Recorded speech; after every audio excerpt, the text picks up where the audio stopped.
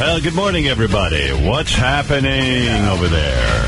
Hey now. Hey now. Hey now. Hey now. Yeah. Anyway, Hey now.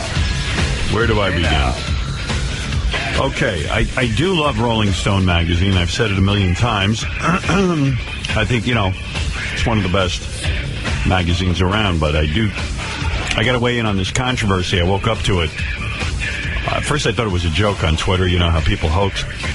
But Rolling Stone put the Boston Bomber on the cover. You know, the cute Boston Bomber that all the girls want to marry. And I got to say, it's very offensive to me. It truly is. Is it a good picture or a bad picture? Well, it's the picture you've seen all over, you know. Oh, that one. That one. It's the same one, but... You know, if it was Time Magazine, I get it. Time Magazine is a news magazine, but Rolling Stone is a rock magazine, and will glorify. It's the Bomber as rock star. And the kid's like a quote unquote cute kid, doesn't take a bad picture, even his mugshot, and. I remember, I don't know where I was watching video of a guy who lost both legs at the Boston Marathon. He was there as a spectator for his girlfriend. I don't know the gentleman's name, but they were showing his rehabilitation. And if you lost your child there or your loved one and you had your legs blown off by this guy, to see him there on the cover of Rolling Stone, which is such, I've been on the cover of Rolling Stone 3 times or something like that. Now you're equated with a bomber. Well, no, but I'm not saying that, but each time I was on it was so important to me and such an honor. He does not belong on the cover of Rolling Stone, and I understand why they do it. Well, it really is true that you're equated with a bomber, because it's like, these are people we consider worthy of our cover. Right, and I truly, I'm sure it was done because it was like, hey, let's get our readership up, let's get people talking about Rolling Stone again. And maybe they need to do that, I don't know, but... It's just. Do you think that's the only editorial? I don't know. It's just reason for the decision, motivation. I'm sure there's a highfalutin reason too that they can give out, but the bottom line is, it is sickening to me. It's sickening. And you know what was even more sickening was when we went out on the street and we said to people, "Would you date the Boston Bomber or Howard Stern?" And most people said, almost all said, the Boston Bomber. Now, has sentiment changed, though? I mean, that was, right after. No, in fact, the sentiment should have been at its all-time high toward me. Maybe people have come to their senses, is what I'm saying. Who would you rather go on a date with, the Boston Bomber or Howard Stern? Definitely the Bomber. I mean, I'm sorry, God. but it's true. The other guy. That is just not fucking funny. Young and cute. Let's Maybe it's funny, but it's just not right. face it, The Boston fellow, I hate to say it, but he is good looking. Sorry. Howard Stern. Howard Stern. I wouldn't want to date a bomber. The Boston Bomber, sorry. The proper answer is I wouldn't want to date a bomber who blew off people's Right, legs. doesn't matter what he looks like. And killed nothing. children. Yeah. You got to be disturbed by that, even if he looks like Brad Pitt. Boston Bomber, because he's better looking. Oh, okay. Better looking. Sorry. Howard Stern. Boston Bomber. He is better looking. Howard's just kind of weird looking. It might be some thought that you have, but you don't publicly say it. You should be ashamed of this, though. Right, yeah. You should keep that quiet. Boston Bomber. Unfortunately, he's good looking. Howard Stern, I'm sorry. You don't appeal to me. I'd have the Boston But the Boston Bomber appeals to you. Bomber in my house over Howard Stern. Well, that's why In her house. Yeah. In her house to blow her up over me. A peace-loving man. It's crazy out there. But it is, Well, you know Jan. I do know Jan, and I love Jan. Jan's a good man, but I think this was a poor decision. But, probably from a magazine point of view, it's got us all talking about it. But, this Boston What Bomber... if they have the best sales ever? Well, they might. I don't know. I just don't like to glorify. It sickens me to glorify this kid in any single fucking way, other than to make him uncool. This sort of, in a weird way, and you know what I'm talking about. Rolling Stone makes you cool. Well, this is exactly what I was talking about with all of these, serial killers, mass murderers. They are attention seekers. Yeah. And this feeds right into their neurosis. Unfortunately, yes. I mean, Mark David Chapman, when he killed John Lennon, was looking for the same kind of attention. And I think Yoko Ono would not want to see Mark David Chapman. And Jan would never do that. Well, I don't know if he would or wouldn't, but I just... It is a very strange decision, I think. Well, I know he's good friends with Yoko Ono. I know he's right. going to put... Well, maybe they have, in fact, put Mark David Chapman on the cover. Maybe I don't think so. Well, maybe they have, in terms of doing a story on him, and the night he killed the greatest rock musician of all time. Well, yeah, it's always in association with John Lennon. Right. But John Lennon goes on the cover. Hopefully. I'm looking at this race here in New York for comptroller and mayor, both Elliot Spitzer and Wiener. What is it, my friend? Mark David Chapman was on the cover? No, but Charles Manson was on a Rolling Stone cover once. Really? Yeah. Charles Mason, not Charles Manson. Charles Manson. Charles Mason? No, Manson. Charles Mason. I said it right. Charlie Mason. Charlie Mason. It said Charles Manson. I don't mind Charlie Mason being on the cover of Rolling Stone. No, Charles Manson was on the cover. Well, there you go. For some reason, I'm not as thrown by that, but maybe I should. Still, he's a horrible murderer. Yeah. Maybe it's just something I can't deal with. That Boston bombing kid, even breathing air right now, and, claiming he's innocent, and claiming the brother talked him into it or whatever he's going to do. He could have just gone to the police and said, hey, my brother's a nut. He wants to blow something up, and they would have committed the brother to a mental institution. But no, he went along with it. Fuck him. Let him die. And at least Charles Manson was a musician. We got some of his music. Well, maybe the Sarnaev has some musical talent. Hey, the Beach Boys wanted to sign him. The fuck is wrong with them? Well, one of the Beach Boys. Anyway. Yeah, okay. Don't blame the whole group. I'm blaming the whole group. Anyway, getting back to Spitzer and Wiener. And everyone's like, well, wow, Elliot Spitzer's leading the pack in the race for comptroller, and Wiener is leading the race as a Democratic nominee for mayor. And really what it is, it's name recognition. It's just that nobody knows Quinn, and nobody knows anybody else besides these guys. And that's what takes it. It's name recognition. Quinn should go out and take her labias and photograph them and put them on Twitter. Well, she tried. She came out and said she had been bulimic. She tried to air some dirty laundry. No, that is not going to cut it. I threw up a few times. That is not going to cut it. You got to take out the labias. You got to send a picture to us. The labius majoris and minoris. Or whatever they are. Jesse, go ahead in San Diego, California. Good morning. Good morning. Hey, last night's AGT was one of the best yet so far. Yeah, I saw those danger acts. Oh, sorry.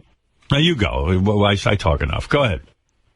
Those danger acts were nuts. I mean, after the first one with the stun guns, they just got crazier and crazier. I love that guy with the stun gun.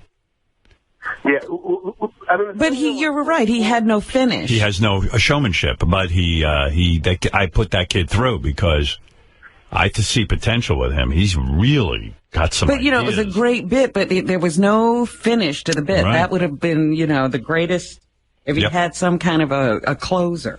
Yeah, what I tried to do, Vegas Week is my favorite. In fact, I didn't watch the show live last night. They had sent me in advance to see it, and I got to tell you, it's my favorite. I wish they had sent me in advance. It's too late. I know for us. We get up so early. I was so tired, I fell asleep. I took Beth out for a birthday dinner last night, and I got into bed. And, I think Beth was up for some nookie, and I just passed out. I was just like, I'm just so tired from getting up at 4 in the morning. And she wore this great dress, you know, like a mini dress. We went over to John George. I took her to the top restaurant. Beautiful. The best restaurant in New York I took her to for her birthday. And, oh, my God, the food was so good. Of course, we get there. We had our 6 o'clock reservation. I said to the lady, is there a blue plate special or an early bird deal? And they go, and no. can I take home the rolls? Like, nah, not at this place. So, and I saw the great chef Jean himself, who came out and said hello. And that was very exciting. Guy's a real artist. Oh, the food there is so fucking great. Yeah, I haven't been there in quite some time. I hadn't either. And revisit. Yeah. And I walked in, I noticed they did a little remodeling up front by the front desk.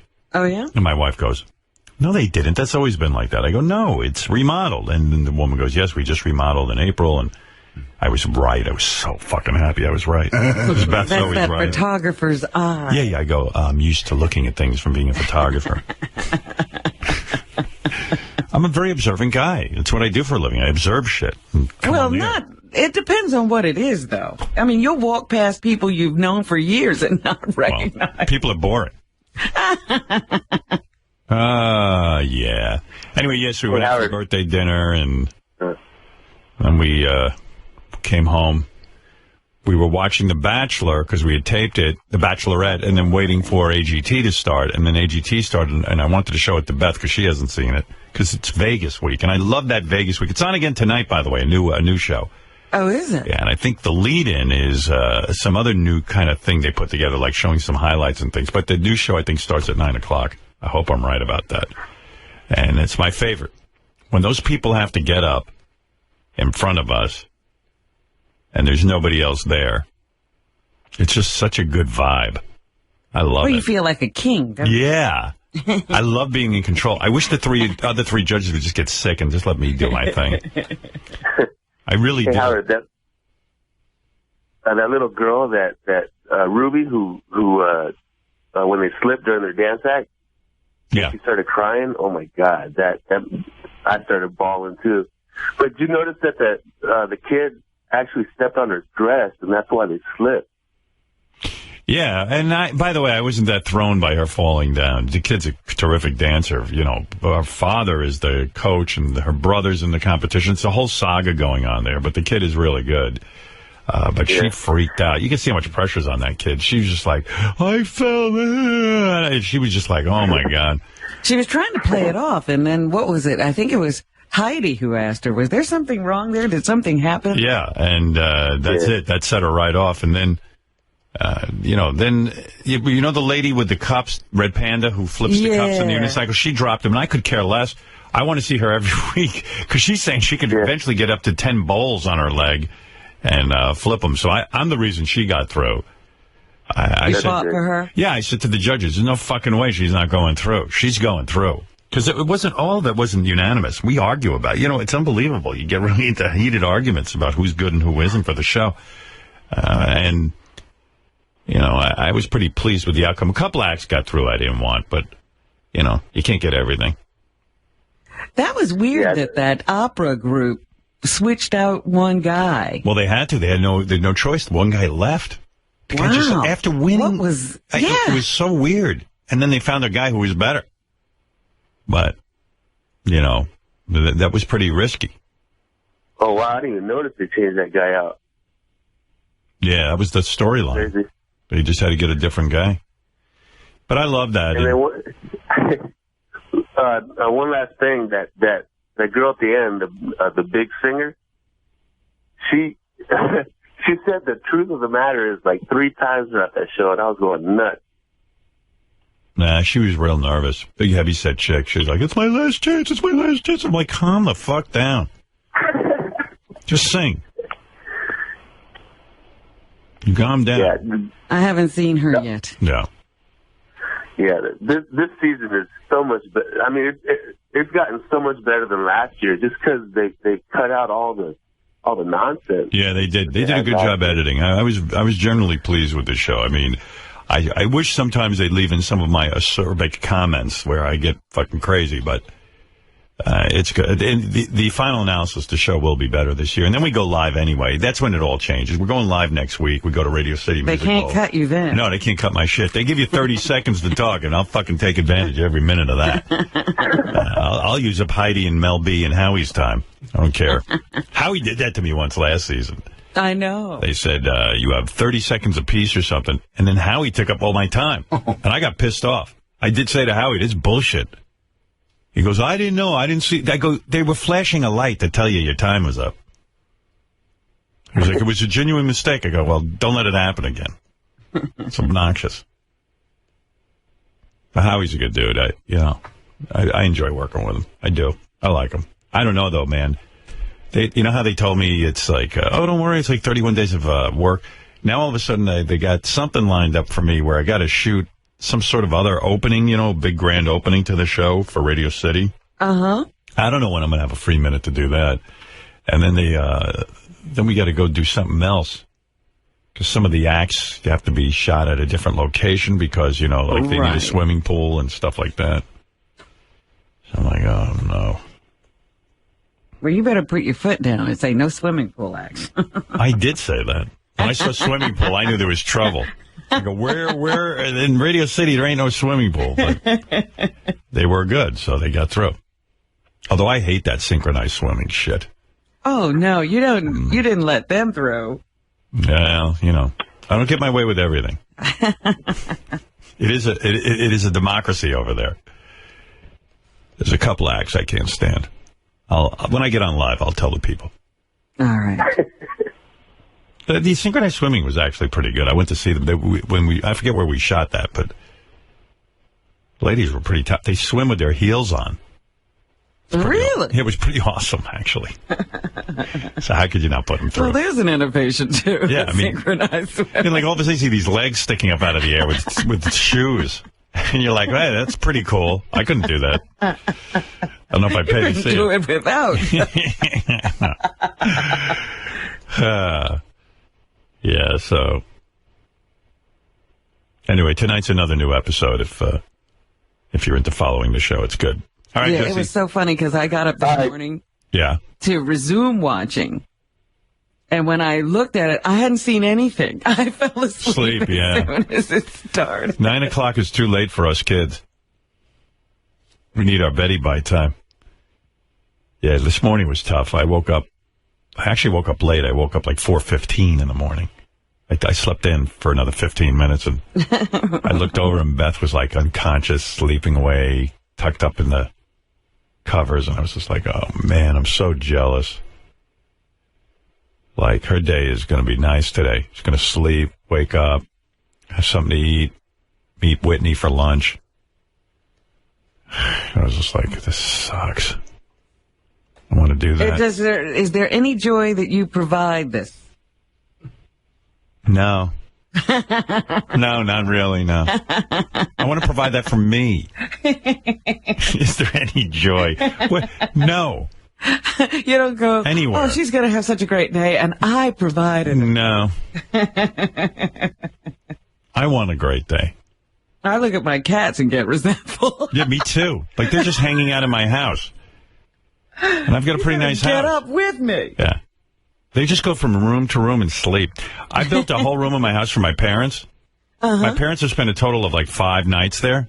Right. The cats just go in there and they taunt me. They just like, they lay out in the bed. My one cat, Leon, who's 22 pounds, he gets under the covers and puts his head on the pillow like a king. Oh, that's funny. I'm like, fucking Leon, what are you doing?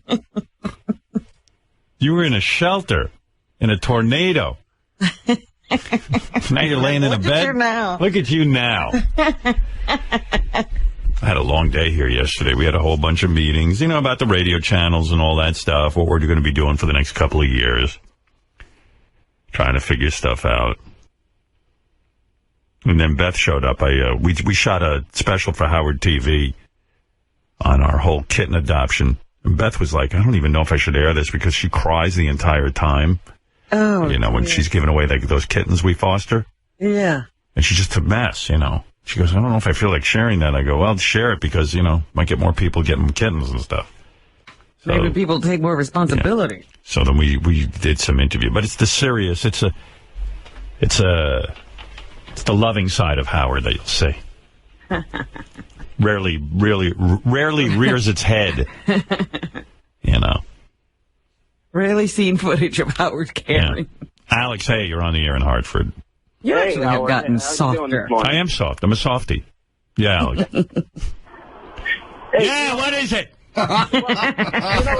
If Mel B is going to turn to you last night and say, how can we pick these guys over those? And you have to explain to her that it's a talent show. What did NBC do? Put a bunch of B-list celebrity names in a hat and pick hers out of random? You shouldn't need to be the one to tell her how to be a judge. Well, those three judges all look to me for the guidance, if you can tell. They all need my leadership. We only need your, you should just tell them how to vote. That's the. Well, I do, but they don't listen. They all think they know something. Right. I do, believe me. I sit in that room and go, look, guys, whose career is bigger? Mine. Right. So I must know something you don't. Exactly. Right. And my girlfriend and I just die. It's like, Howie, come on, you're just talking about Twitter. Shut up and do a judging thing here. Yeah, I never tweet during the show. Like Howie, Mel B, Heidi has social media. I just sit there, my hands folded, and I do my job. You do your job because that's what they're telling you to do. I love it. I love having you on the show. I love watching it this season. Last season was phenomenal. Yeah. I got to ask you, how did that guy set up his musical harp in the whole auditorium? Does that take like an hour to set the thing? More than an hour. That's why he always had to go first, because it takes a full day. What a setup. My goodness. All right, Alex. Hey, Howard, can I get tickets to the live show? Yeah, I guess so. Hey, Gary, do you have any kind of setup for that, or is it like impossible? Put him on hold. Let me see what we can do. All right, hold on, Alex. Awesome. Thank you. Yeah. Then they want me to go over there and do a walkthrough where I should go check out the stage or something. I don't know why I need to see Radio City? Yeah, I don't know why I need to see the set. I'll show up on Tuesday and see it. But they said I need to see it in advance. I guess there's some... Is there any chance you'll get lost? Yeah. You know me. It's right across the street. I decided to wear, like, men's underpants, like, not boxers. You know what I mean? Today. What are men's underpants? Like, you know what I mean? Like, they look like panties, but they're men's... Briefs. Briefs, yeah, briefs. But my balls and everything are restricted. I don't like it. Let me adjust. Like, it's not cool. It's not comfy. Look how much weight I lost. All of you are jealous. Look at you, all skinny. Yeah, all of you are jealous. Look at this. Look at these abs. All right, don't look at those. I'd love to have a set of abs. Is there any chance at, like, 59 years old you can get abs? Well, you know what? The other day I just happened to tune in to Rachel Ray for a second. Yeah. And Montel Williams left his talk show and became like a spokesperson for different kinds of businesses and products. Right. And he looks better now than he ever has in his life. And he has MS. Oh, really? So what are you complaining about? You better get out there and start working out. He came on and he had some kind of an abdominal machine he was showing her. So pathetic. And he claims that's why his waist is so thin and he's so machine. svelte. Like you need a machine for that. There's a whole bunch of shit you can do to get your abs in shape. Well, I'm just telling you, you're complaining. Montel has the abs. No, I'm not complaining. You know why? Why? Because Montel is selling ab machines and I'm not. I'm so glad I don't have to He's selling everything. I mean, if you notice his career, the other day I saw him, after the ab machine, then I saw him telling people where they can get loans. Right. Like short-term loans for $1,500. He's doing everything he can. Hey, now. Robin's right. When I was on vacation, I was watching TV every day. He sells pain medication, loans, and I think he sells some cookware. Jesus. He's also selling something that you take that will get rid of your belly fat. Right. That's the rock bottom of show business. Juicer. The real rock bottom of show business is being like Kim Kardashian. I mean, even though she's making a lot of money and stuff, it's still at the end of the day, she's on a reality show and has no talent. But then Montel has to sell shit in order to be... I have to say... What do you think is worse in show business? To be Kim Kardashian or to be selling shit all day? I think selling shit. Selling shit. Yeah, me too. Especially... Oh, I don't know. And see, if you sell one thing and you really believe in it, you become the spokesperson. Yeah. But if you watch TV all day, you're like, well, Montel, you can't believe in everything but you let me sell. ask you something. If I had a reality show that was a hit, or I sell shit like an ab machine on Rachel Ray, I think I'd rather have a reality show. Right, because at least people might be interested in you for a reason. Right. Selling shit is just selling shit. Selling shit. But I have to say... the reason you're interested in Kim Kardashian. At least because she got big tits. You know what I mean? Montel didn't even have that. She's selling something, too. Montel, Robin's right. He looks great. Yeah. And he does seem to really enjoy what he's doing. Like he doesn't look tortured by it. No. He's got midnight infomercials, then he's doing all the talk shows, he's got commercials. He's got to be tortured by it. Because he had his own talk show and everything. Things were sort of happening for him. And then all of a sudden, it's like at the end of the day, you're like, fuck, I'm trying to sell a frying pan to people. But I thought those talk shows made good money. Well, that's what I thought. I know he was married and now he isn't, so maybe it's half of the money. Yeah, that does hurt. That does hurt. You'll go out and sell shit. You'll go out and sell shit. I tell you, watching half your money walk out, you'll be fucking real motivated to get to work. That hurts. Justin, you're on the air. Hi, Justin. In Baton Rouge, Louisiana. Howard, I was originally calling in about the disgraceful Rolling Stone cover, but as far as AGT goes, how about that guy from New Orleans that was pouring gasoline all over his face and dancing around? I mean, what in the fuck? He's a real character, man. The Danger Acts are nuts. I mean, like, I'm no hoping... bullshit. You know how you know that's no bullshit, because like before they go on, they have to warn us.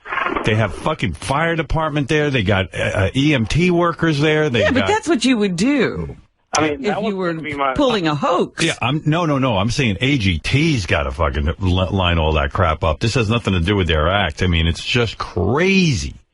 Yeah, because Howard, that was going to be my next question was if that was rigged in a way, because I watched that guy down at the UNO Arena when you guys were there, and he was climbing that pole and everything. Yeah, my mom doesn't like him. My mom said to me that it's... That guy's crazy. Goes, I did not like two of those acts. I go, which two don't you like? Because you even said... The show is terrific this year, but that gentleman has a son, and he climbed up that pole, and he could have killed himself, and that child would not have a father. I said, look... So I had to lie to her. I go, Mom, the guy was in no danger. It's all camera trick. Oh, please, that's no camera trick. I said, all right, you're right. All right, so the guy was in danger. But I said, but he doesn't, he wants to make a better life for his kid and wants to get some money. And he's willing to risk his life for it. Yeah, he wants to have a show in Vegas. Please, it's terrible. And she didn't like the little girl who got flipped. One of the little girls got flipped around by that big giant guy. I remember that. She thought that was really offensive. So that little girl looks like she's having fun. Yeah, like somebody's paying attention to her. Yeah, I mean, I thought that was so sad yesterday when you said when Pete was showing you something. What was he showing you? Pete, when you were with Whitney and Peter this past weekend. Yeah. And he taught, boxing. Boxing, yeah. And you felt like a little boy. And this is what it must be like to have a dad show you something. Yeah, my dad never showed me anything. My dad. I'm too busy. Yeah. Anyway, hey, Justin, I got to go, man. All right, man. Thanks. It's Girl has a Robin trivia question. I'll entertain that. Okay, what is it? Hey now. Hey now. How are you guys doing today? Right. What's up with the Robin trivia? Okay, I have a question that I'm sure that none of the staff can answer about Robin. Go ahead, I'll be I'm a Robin expert. It was about a guest that was on the show. Oh, then I won't be able to answer that because I'm not an expert on this show. I forget everything. Go ahead. A guest came on the show once. Clarence Clemens. To Robin. He what? He what? He showed his penis to Robin. Go ahead. And to the whole staff. And no one heard Robin say, hey, what are you doing later? Who was it? Oh, please. That's ridiculous. I can't even tell you what year it was. I can tell you who the guest was, and I can tell you that no one in a whole year ever mentioned that they heard Robin say that to that guest. She's hungry and for I can cock. tell you exactly what show it is. All right, go ahead, tell us, because we'll never get it. No, does Fred, Gary... No one knows. You win. No one knows. Go ahead. You win. Mark I don't even know. Mark the Bagger? Mm-hmm. Oh, wow. Robin, you want to date Mark the Bagger? Yes, secretly, I have been dating Mark the Bagger. I never wanted to tell anyone. That is so disturbing. All right, Elisa, thank you. Mark the Bagger. Do you ever get the feeling Robin might have been what kidding? guest comes in here and shows their penis? Yeah, do you ever think she might be kidding? All right, now, here, I got some stuff for you. Oh, wait a minute. By the way. Oh, this is, yeah. I saw Bradley Cooper and Gerard Butler together. Right. At the Wimbledon tennis match. Okay. And they were dressed alike. Yeah. What's going on with them? I called those guys. I said, you got to do something for me. When you go to Wimbledon, just dress alike. What were they wearing, like tennis whites? No, they had on the same blue jacket and ties. Wow. I was like, well, look at them. Maybe they're like sitting together and they're wearing the same outfit. Maybe they're like the Blues Brothers. All right. Anyway, I played you yesterday. There was some kind of couple. Let me get to a couple of things here. I played you yesterday the Steampunk Convention, which was really disturbing. Wolfie went over to the Steampunk Convention. I didn't get enough of that. Yeah. How do you get more of that? I have more of it, but the Steampunk Convention was so disturbing. It's, again, a convention of people who are into steam engines. They're into prosthetic devices like fake legs and arms because those are steam-powered. And they're into steam-powered trains. And it's just like, and everyone we interviewed lives with their parents, and they're all fucked up. We went up to one guy and said, can you do an impression of a steam train whistle? And this is what he did. Give me your loudest impression of a steam whistle. Woo, woo! Woo, woo! Woo, woo! All right. So then, I think that's the same guy who said his parents don't listen to him. Right, yeah. They come home and they just stare at the TV and they won't talk to him. So we took that guy's thing and here we are calling. Here's Richard and Sal calling Swap Shop and annoying them with this guy. Tune in to buy, sell, swap, and trade. The Swap Shop. Let's take some calls now. Good morning. You're on Swap Shop. Good morning. How are you today, sir? Doing all right. How are you? Very good. I have a model train set by Westinghouse I'd like to sell. It's my son Rusty's steam engine. It makes a cute sound. It's great for the holidays or a birthday. Mom man fired up. Yeah. So you can hear it? Take a listen to this cute little sound it makes. Go ahead. All right. I don't know what that is. So, and let's see. All right. Let's see. Good morning. You're on Swap Shop. Morning. I have a Troy Belt tiller. I'm asking $200 for. All right. All right. That is so hilarious. You know, good morning. You're on Swap Shop. All right. Somebody's having a whole lot of fun. They're being a stupid person this morning. So I appreciate you showing your true colors there. Whoever that is. I know that they think that's just so hilariously funny. But it's not. It's stupid. So let's take some more calls. Good morning. You're on Swap Shop. Okay, well, we have caller ID, so we'll take care of that in just a little while after the swap shop, okay? And until tomorrow, so long for now. If you've got something that you don't need, swap it, trade it for something new. And if there's something you like a lot, why don't you try the swap shop? Great jingle, huh? I like when he goes, there's someone being stupid. I appreciate you showing your true colors. You don't sound very appreciative. And then they've got caller ID. What does that mean? You know what that means. He's gonna track your ass down and fucking go George Zimmerman on you.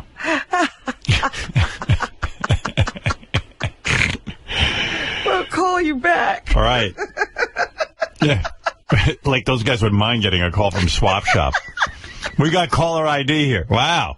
Braggart. Stop talking about your technology. Yeah, well, Robin's got 3D television. She can see shit flying at her. So great. Swap Shop. We're thinking of starting our own Swap Shop here on the channels. I was just thinking, do people really, because it says sell or trade. Are people really out there trading junk? You can ask Richard and Sal. They know all about it. They listen every day. I wonder if they've ever used it. It's so funny. I should just tell you the saga of, starting our own swap shop. So we realize it won't be any good unless we get one of the real swap shop guys with all the jingles. Right.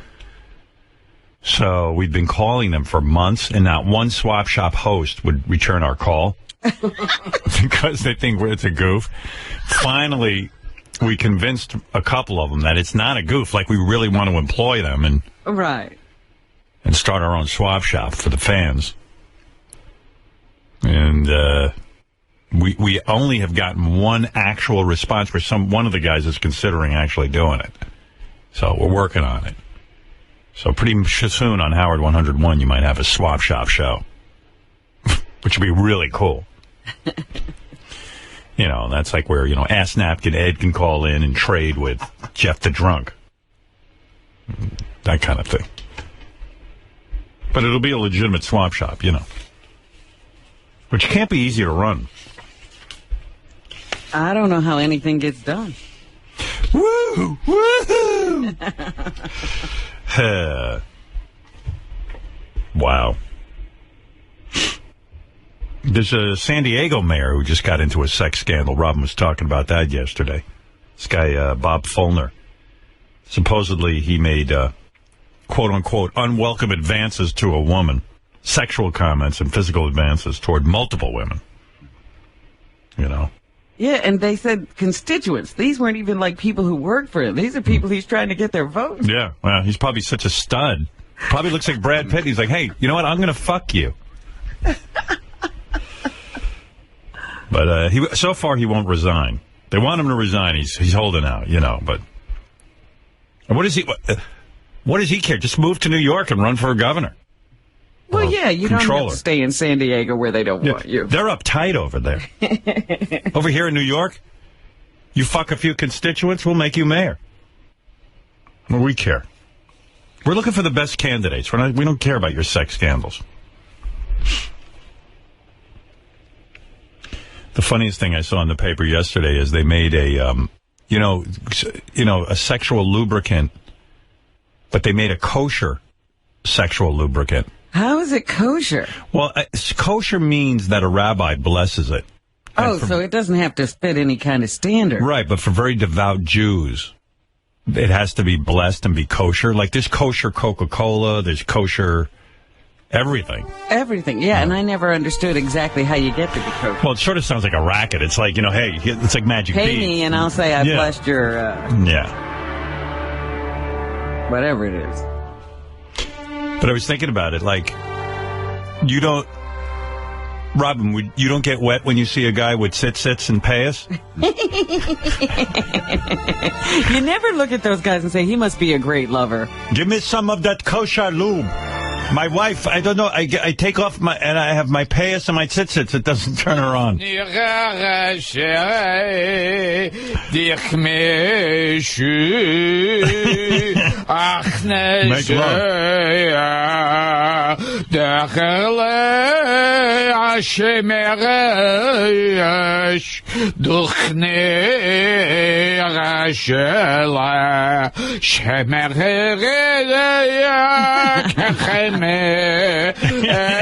shilira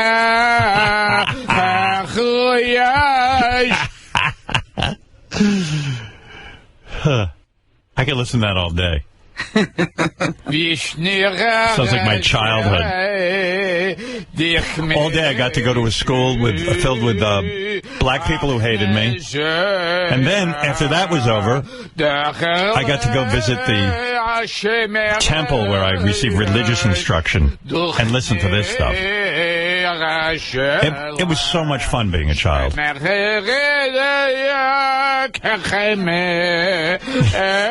Torture.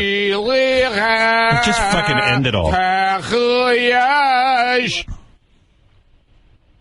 Anyway, things have gotten so much better. We got some good guests coming up soon. Lots of different people. Our good friend Alec Baldwin will be stopping by. And who else? We've got the hottest chick, biggest fan happening soon, the contest. CeeLo's coming in. I forgot about that. CeeLo. CeeLo Green. CeeLo Green. Robin Thicke's coming in soon. And when he's here, he's gonna do blurred lines, and Robin's gonna dance naked during it. It's gonna be great. Robin Thicke is gonna dance. No, Robin Quivers. I haven't talked to you about that yet. But you will be, right? You can wear panties and just... Anything for thank you. You're a team player. I always said it.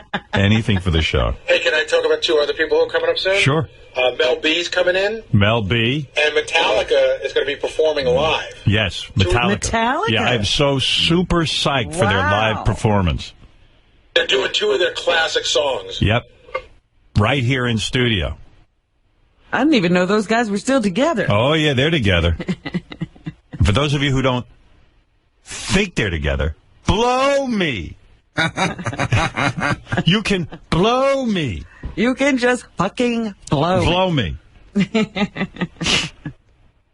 Eat all of my balls. Right. Where's that from again? Eat all of my balls? I forget. Mark and Brian guy. Oh, yeah, the Mark and Brian guy. Oh, yeah, from his podcast. Yeah. He's scary. I didn't know he was such a tough guy. You stupid fucking replaceable listeners. Wow. Is that podcast still going? I always thought like Mark and Brian were like wimpy guys. That guy sounds tough.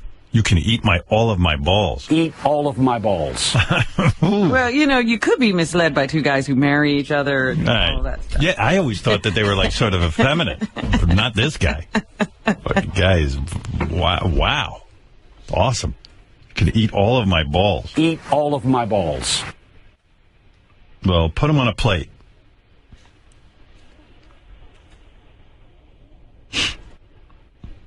I still haven't seen Sharknado.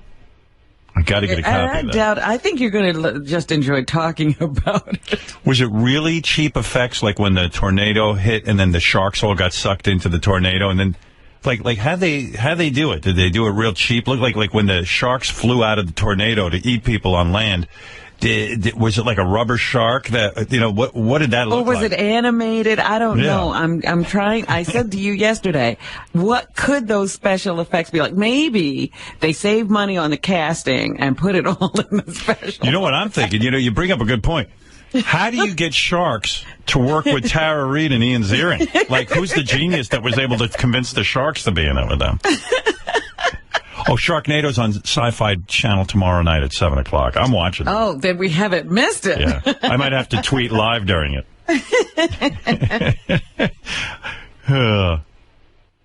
Beth probably won't like me watching that.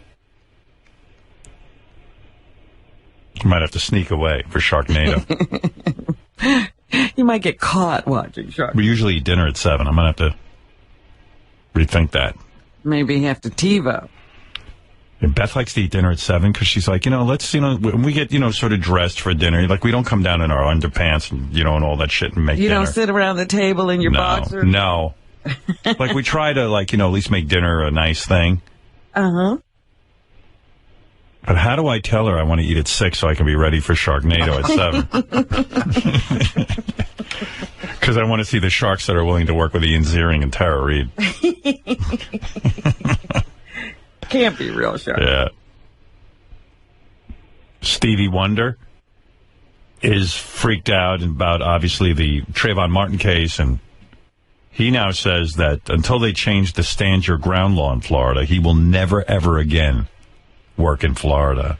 Yeah, Florida's becoming like South Africa. Yeah, but Florida, meanwhile, figured it out. They're going to tell Stevie that they're Michigan, and he's not going to know. How's he going to know? It seems very hot. This is not Florida. It seems very hot and muggy here in Michigan. Yes, Stevie, it's an unusual, global warming. Now, please go out and perform. You're absolutely, positively sure I'm not in Florida. Absolutely, you're in Michigan. I heard someone say Florida.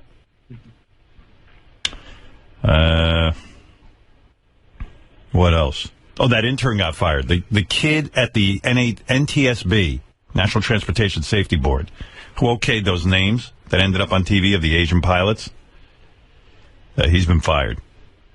I'm surprised. Yeah.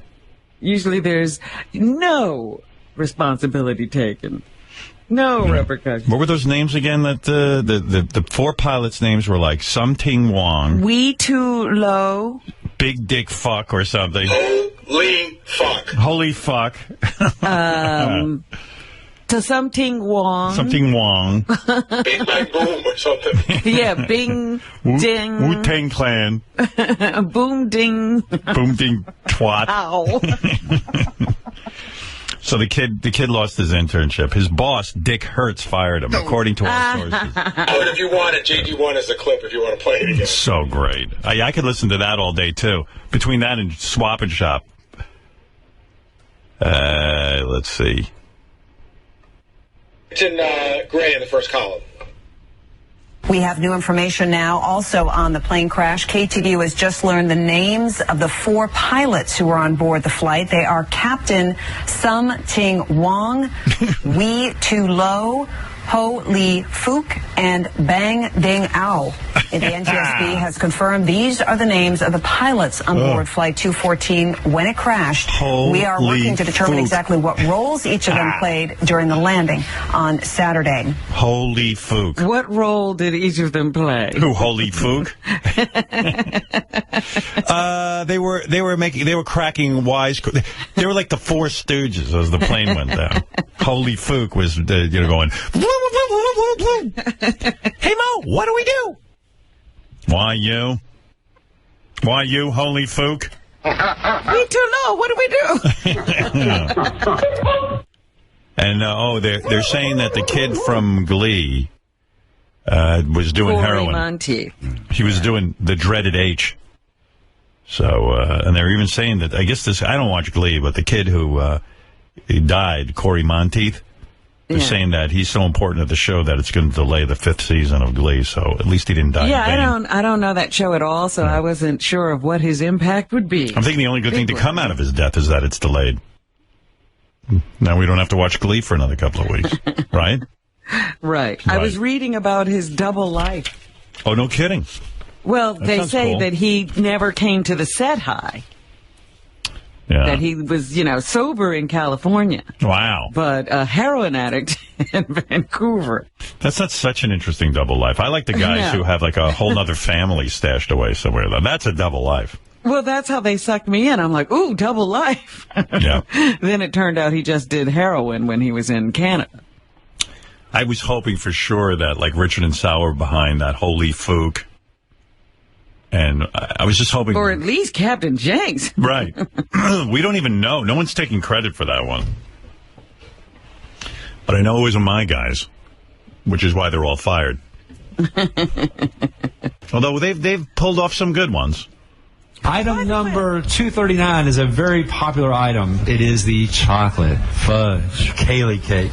Now we have a bid from Anita Handjob of $30. We have a new plan. And that is us, Anita Handjob. This is a Tradio. Somehow these guys submitted names and they read them all. I need a hand job. The game, don't we? We do. That's item number 239, a delicious Kaylee cake. Item number 220, the Savings Bank lamp. We have a $14 bid from Gabe Athouse. I would like to make one quick comment. You got it. Gabe Bathhouse. Come on, that's pretty good. There was one they did where they did the birthday announcements, and they just had one name after another in the birthday announcement. But we're doing this for a great cause, 4-H. Absolutely. And we appreciate everybody who's donating things. We appreciate everybody calling in. But we have one crank caller right now that keeps on calling in. And I would appreciate if that crank caller would stop calling in. There's no reason for this. I mean, if you don't like the 4-H or you don't like Rolfe County, move somewhere else. And there's also... Yeah, we don't like 4-H. Who doesn't like 4-H? Gabe Bathhouse. Way to trace those crank calls. And next time they call in, we'll be tracing it. So we don't need any of that. Okay, pecan pie, we have an update. Lou Skunt. Okay. All right. Lou Skunt has bid $12 on the pecan pie. I bet you that is delicious, and I'm looking forward to Loose cunt. Loose cunt. Don't these guys listen to what they're saying? Loose cunt. They just said they got a crank caller out there, and then they announced loose cunt. Yeah, we got a crank caller out there. Now, look, we're going to track you down, loose cunt. We got you in our range. That item number 220, the folk art lamp, Gabe Athouse has that for $14. Item number 189, the pecan pie, is sitting at $12. Pecan pie? Is it pecan pie? I thought pecan pie. Lou Skunt. I think that's correct. It's S-K-U-N-T. I'm sorry if I'm butchering that up. But Loose cunt.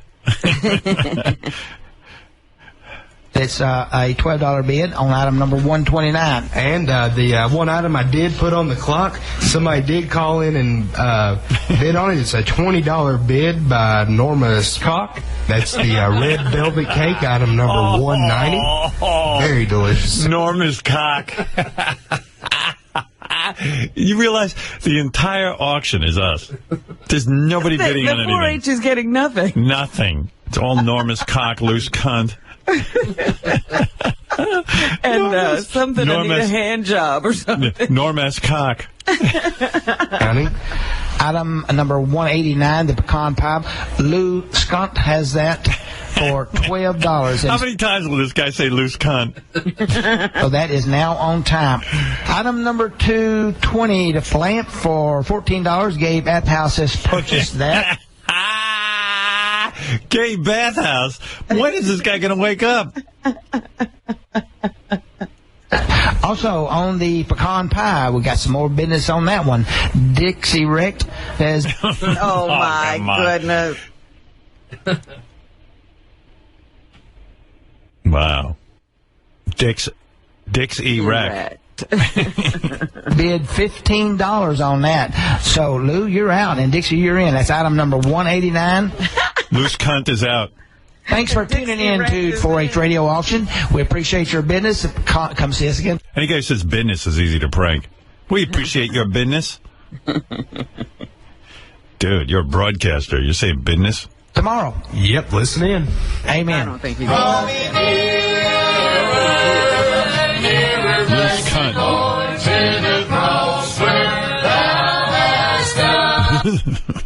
That music, oof. You don't like that? No. Oh, come on. That's fantastic. Did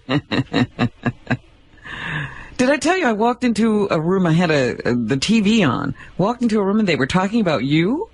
Loose cunt? No, Dixie Wrecked. Dix Erect. Dix Erect. I got to ask this. What were they saying about me? It was a whole biography from the Biography Channel. Yeah, I'm pretty on famous. You and your career. Yeah, I'm evidently very famous.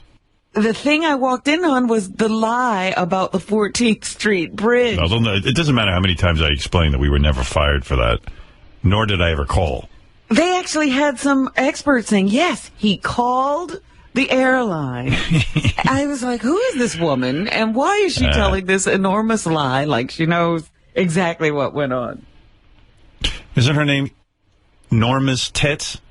No, her name is Dixie Wrecked. Dixie Wrecked?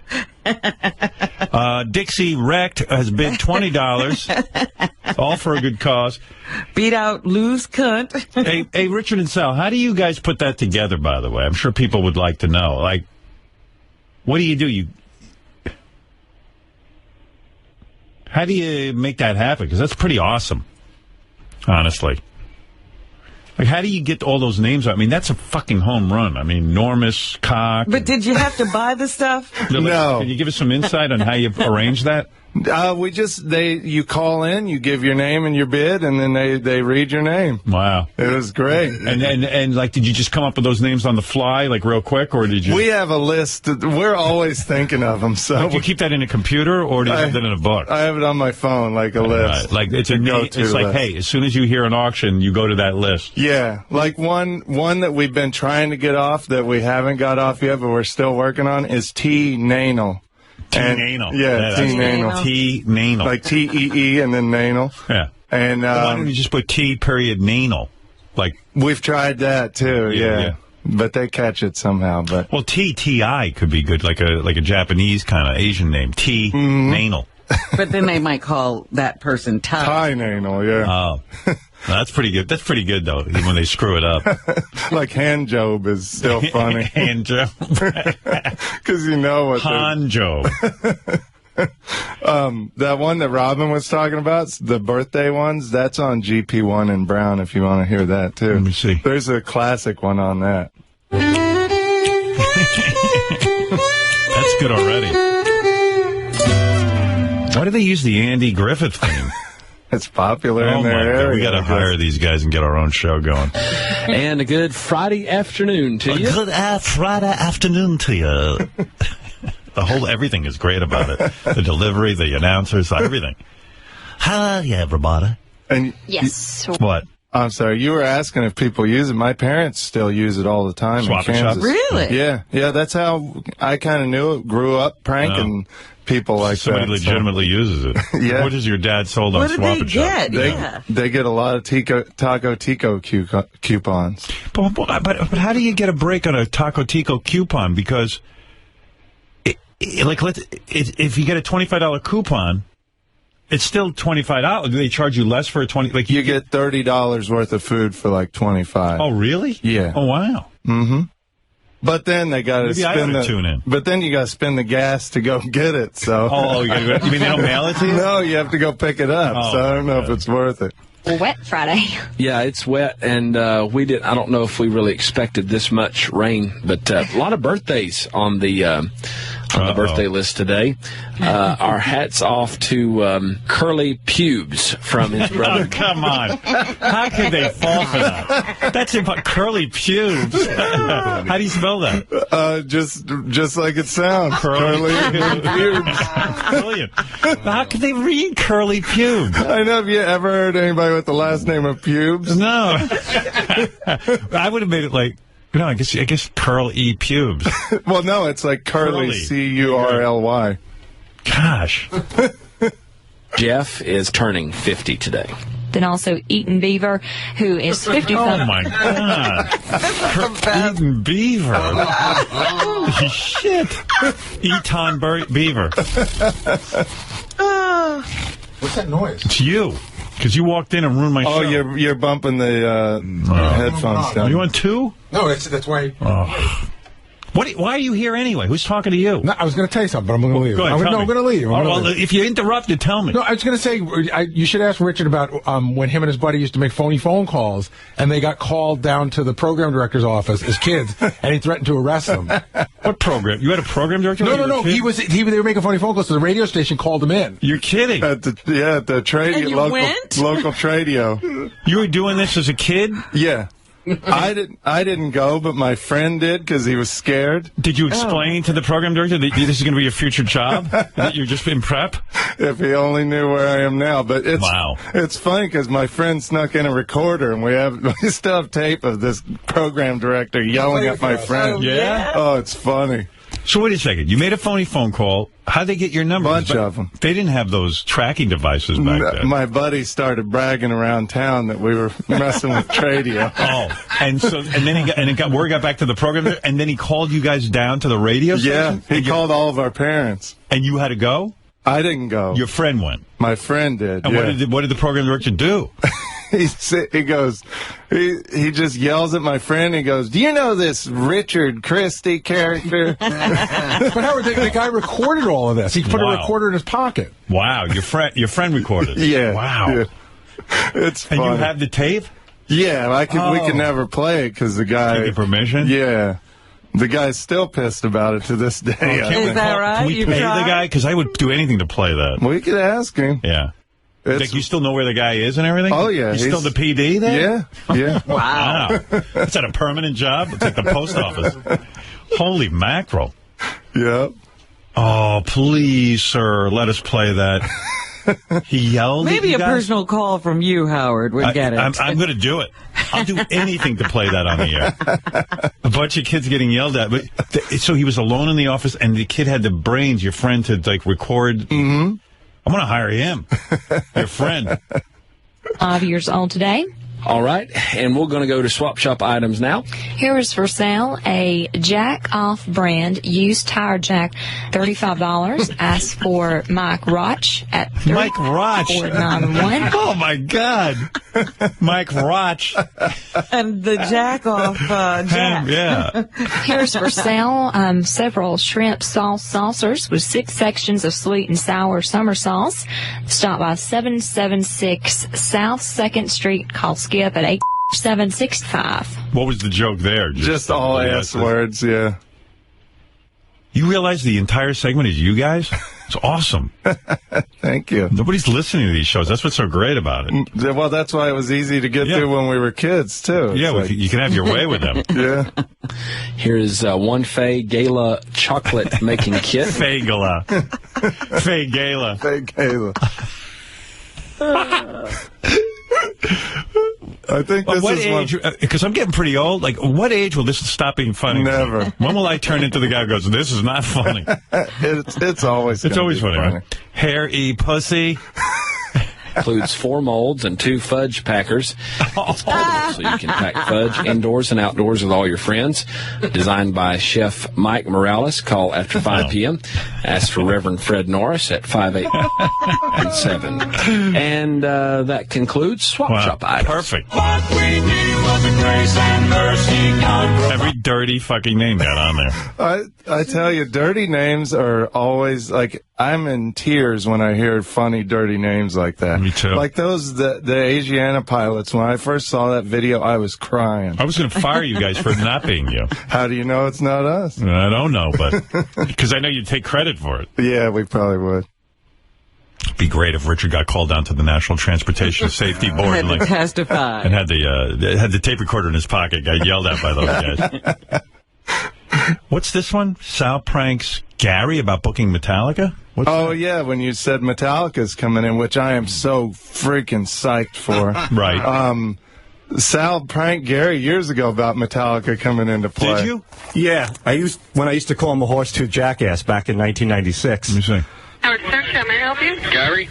No, he's on the phone. May I take a message? Tell him it's Cliff Bernstein on the phone from Q Prime Management. Hey, Metallica. Yeah, April 15th. They're in town? Yeah. What are they doing? Letterman. No kidding. Yep. No kidding. And they want to come on? Yep. Well, that's great. I mean, what can we do it or what? Yeah, absolutely. April 15th? Yep. Listen, we have a song parody, too, to do on the show. Wait a second. What's your partner's name? It's called Horsetooth Jackass. See, that's not that good, though. Back in the day. I mean, because... That was when I was a beginner. Yeah, you've gotten better. Work. Yeah. But we have a whole database, Howard, about right here, about 15 pages of all the dirty words, the dirty names that we go to when we make these phony phone calls. Give me the name that you're dying to get on the air that you haven't so far. Well, one is Herb Eversmells. Ever smells. Yeah. That's a tough one. And we did Gabe Bathhouse, but now we're trying to do Gabe Boy Toucher. Yeah, Gabe Boy Toucher. I don't know if we've done Lou Sassole either. Yeah. That's a good one. We have a whole... Lou Sassole. Yeah. Lou Sassole. Lou Sassole. Dixon B. Tweener Legs. These are the ones we've been trying to get off. Right. Those are tough, though. You got to get some short ones. Yeah, yeah. Well, they got huge asshole. They had huge Riley saying that. Huge asshole. Hey, by the way, real quick, speaking of Riley, he made a sound. I think this is Eron in the background, but Gary thinks it's maybe a sound coming out of Riley Martin. Riley? But I think it's Eron. Listen. These rallies to protest against this travesty. And then I looked out over the crowd. That was Eron. That's Eron, sure. right? Yeah. Eron didn't make a peep throughout the whole thing, and all of a sudden he makes a sound. You think that's Riley? I think Eron was coming. You hear that again. These rallies to protest against this travesty. And then I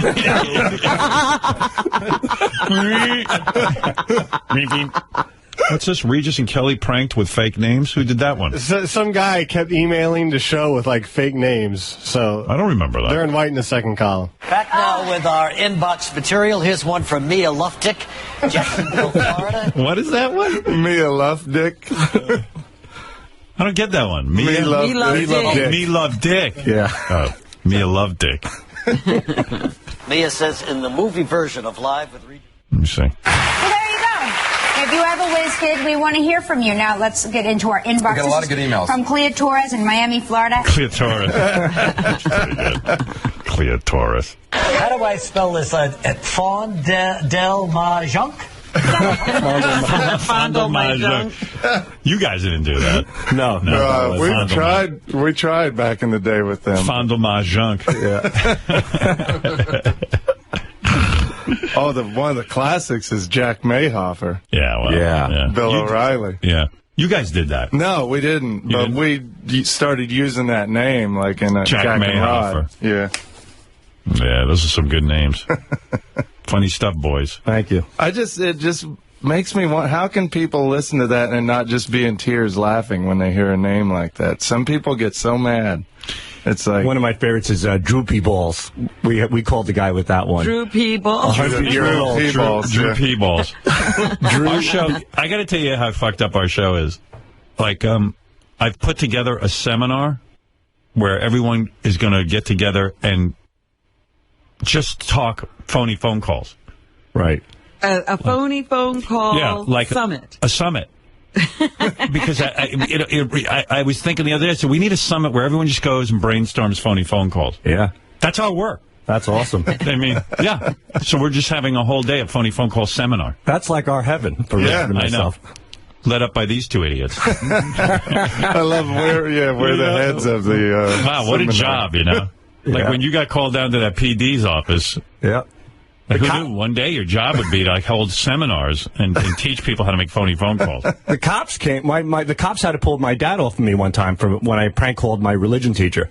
What do you mean? When I was a kid, I used to prank call my religion teacher. I used to go to the supermarket next door. And how did the cops get involved? She started taping it. Right. And then she figured out it was my voice, and she handed it over to the police because I wanted phone sex from my religion teacher. And then when the cops showed up... So my dad goes, can I talk to my son in the back? And he sent me in the back, and my dad jumped on me and started beating the shit out of me. So the cops had to arrest him? Well, they pulled him off, and they calmed him down. And they said, we think it's settled. It's enough punishment. Yeah. Your father beat the shit out of you. Oh, God. Oh, that's so great. Did he like, punch you and He stuff? goes, can I talk to my son, please? I'll be right back. Yeah, calmly, right? Yeah. He took me out back, I guess, so they wouldn't see me. And I think my mom started screaming, and the cops came, and they pulled my dad off of me. Best day of Sal's life. Like he'd never been paid attention to by his father before. But what was I thinking? To prank call my religion teacher. And she fucking identified your voice, you idiot. Yeah, and I lived down the block from her. Such an asshole. Like, what did you do? Like, call up with phone sex? Yeah, I just, I just said, what are you wearing? And drop your pants. And with a little voice. Hello? Yeah. And I called from a payphone at a supermarket next door to my dad's pizza place. How old are you? Oh, I think I was 12 years old. I would just go into my dad's cash register and steal a whole pile of quarters, go right to the payphone. See, that doesn't sound like a prank call to me. It sounds like he was turned on. Yeah, right. Do it. There was no prank. There was a joke. Yeah, he really wasn't. I don't know. The prank was on you. When your dad got older. Stupid ass me. I used to call the pharmacy in Roosevelt, Long Island, and pretend to be a girl having sex with him. Like, why wouldn't I call a girl? I'm calling a guy. Yeah, Sal improved on your method. My pussy is very wet. I want to meet you outside the pharmacy. What time do you get off? Do you have some... And I didn't even understand the concept of rubbers. Like, so I was like... Do you have scumbags? He goes, yeah, I got some scumbags. I wish I could play this on the air. He goes, yeah, I got some scumbags. The guy was a nice guy. He knew we were fucking idiots. Right. He was like, yeah, baby. He goes, I got some scumbags. What kind of scumbags you got? You got extra large scumbags? He goes, yeah, that's what I wear, extra large scumbags. Well, when I meet you out back in the alley, I want you to put on one of those extra large scumbags. Well, you know we're going to take audio of you just doing that now and call pharmacy. Yeah, here's some more lines. I'll wild track for you. Okay. Yeah. God. Oh yeah, when I get a hold of you, I'm gonna take your penis with that extra large scumbag and really work it over. I'm really so. He goes, oh yeah, what do you look like? I got big 36 double D's. Even though I was a kid, I think I was describing Robin. See in the future. Yeah. That's great. Yeah. Howard, there was a mental health clinic one time that I called. Yeah. And I said my dad had a pizza place that burnt down 15 years ago. Right. And now he's having flashbacks because my mom died on the pizza place, but he's back on the bottle. He was an alcoholic. Right. And he thinks he's in the pizza place, but he's at home. It's already too complicated. Well, she said, let me speak to your dad. So what I did was I conference called the mental health clinic to my dad's real pizza place. And they got on with so your my dad gets on. She goes, sir, where are you? He goes, I'm in the pizza place. She goes, not anymore. The pizza place burnt down. He goes, are you fucking crazy? She goes, your son's upstairs, you're downstairs. And he goes, lady, it's a pizza place. She goes, no, your wife died in the pizza place 15 years ago. Then I would call up the sewer place saying that the toilets are all backed up, and I'd conference call them to my dad. I was like, sir, what's the problem? I was like, what problem? Because there's shit all over the bathroom. He goes, what the fuck are you talking about? I would do this to my dad all the time. That's not funny. That's like, you know my friend Neil Drake? Yes.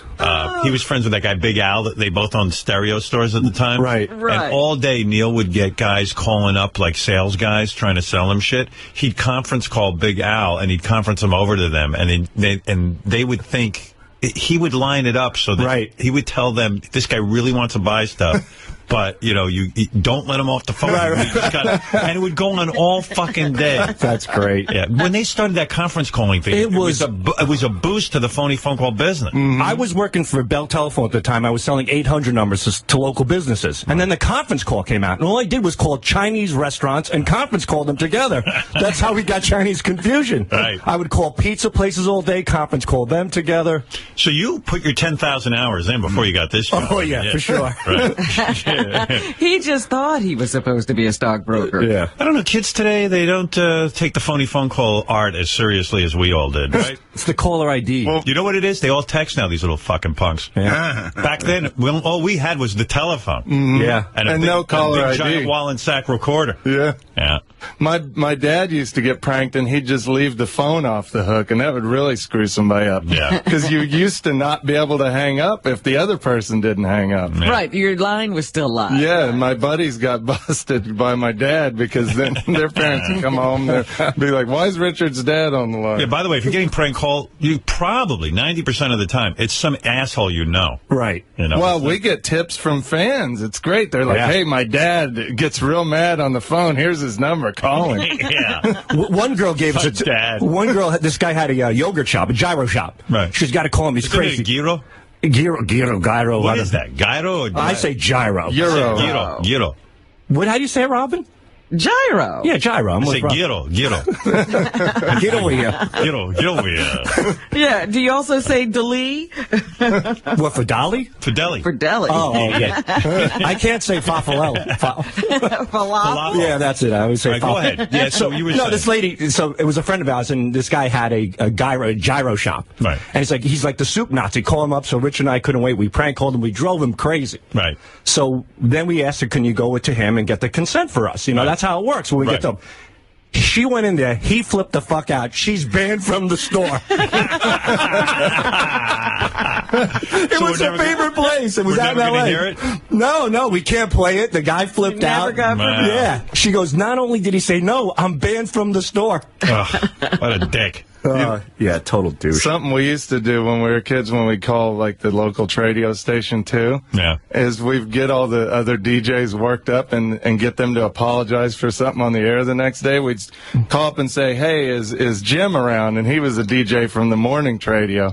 And they go, no, he's not here right now. And I go, well, he borrowed a bunch of porno movies from me. Can you have him call me? And then the next day, Jim would go on the air and he goes, I just want to make it clear, I do not watch porno movies. And we just waited for the apology. Yeah. Oh, it's so much fun. Well, boys, we could reminisce about your phony phone call history all day. Yes. Well, this really is the greatest job ever. We're so lucky to be able to do this. What a walk down memory lane with Sal and Richard. Who knew that they were doing this from young time? An entire idiotic history. Yeah. A totally meaningless life. Involving the cops, Robin. Right. And your dad. I just love the image of him beating the shit out I of him. know, and them having to pull him off. Excuse me, officers. May I talk to my son privately in a calm and relaxed That's exactly how we did it. Yeah, right. The cops goes, well, I think everything's settled here. Yeah, this boy has suffered enough. Maybe we better investigate. It sounds like there's a bit of noise back there. We better stop this. So proud of my son. He's been calling a woman down the street and sexually harassing her. Fucking idiot. Like, my son. All I want is a son that I can raise in my own image. They played the tape for him because I denied it. Oh, God. What does your dad think now that this is your living? Funny phone calls are funny until it's your own kid. I remember my kids one time called Dial-A-Mattress, and I freaked out on them. Oh, yeah. I was like, no, you don't make phony phone calls. You leave that up to professionals. In the hands of an Right. unprofessional, this is dangerous. You're children, and that's my sponsor. You stop it now. Put my foot down. I love when they threaten, too, like on trading, when they threaten to call the cops. What can you possibly say to the police officer?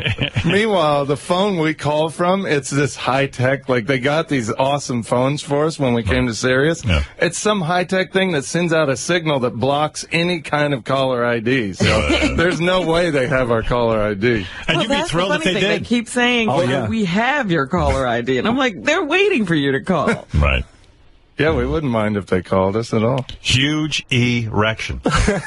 Hugh erection. Well, that's another one we've tried, like huge erection. Right. Yeah.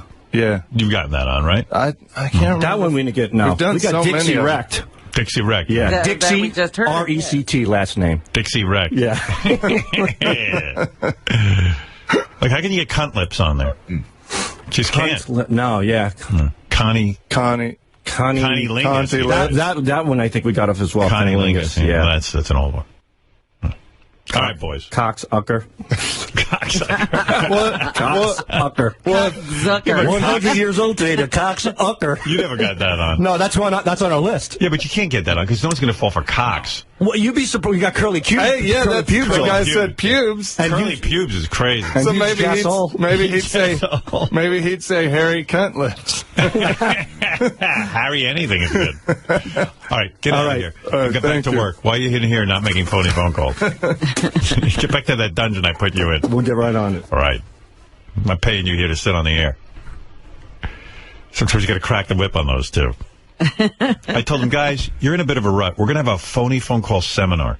They go, what's that? I go, all of us. Fred Norris, Benji, some of the greatest minds. We're going to put you guys all in a room. And it's going to be a whole day of just brainstorming phony phone calls. And then Richard and Sal look at me and go, yeah, now that's something we can like. All excited about the summit. Didn't you think that was a good idea, Fred, to have Absolutely. a summit? Yeah. It's always good to get other ideas. Right. It's one big, giant jam session. Big super group. Porch radio. Yeah, right. Because what will come from it is many, many more calls to radio. Right. Close down. I want to sell a knife that I used to kill my mother. How much do you think I can get? I got to make a break here, man. We've been talking for an hour and 20 minutes. It's crazy. The whole show should just be an hour and 20 minutes. It's enough. Let's go home. How many shows? Oh, you know, I was talking to Kelly Everybody Ripa. else gets away with an hour. They do an hour. And it's not a full hour. Yeah. They have 43 minutes. That's it. That makes sense to me. We sit here all day. All I know is, like, the sun goes down by the time I get out of here. All right, we'll be back right after these words. Riley Martin. You understand?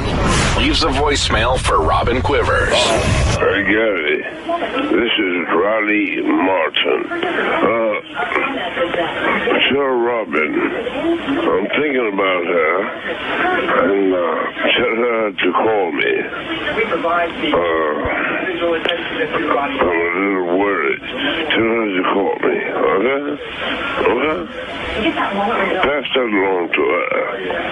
I love her, but, you know, she don't have to call if she don't want her, but tell her that, okay? All right. The Howard Stern Show.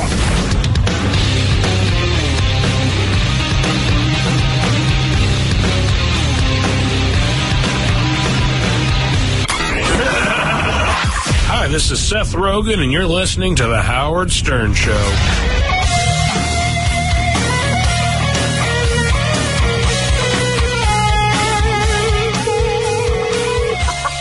Hi, good morning. Good morning. Is this pest control? Yes, it is. Pest control service. Okay, Greg, because this pest's been mutilating our chickens, and my husband Mike finally got it cornered. We need you to come out and kill it.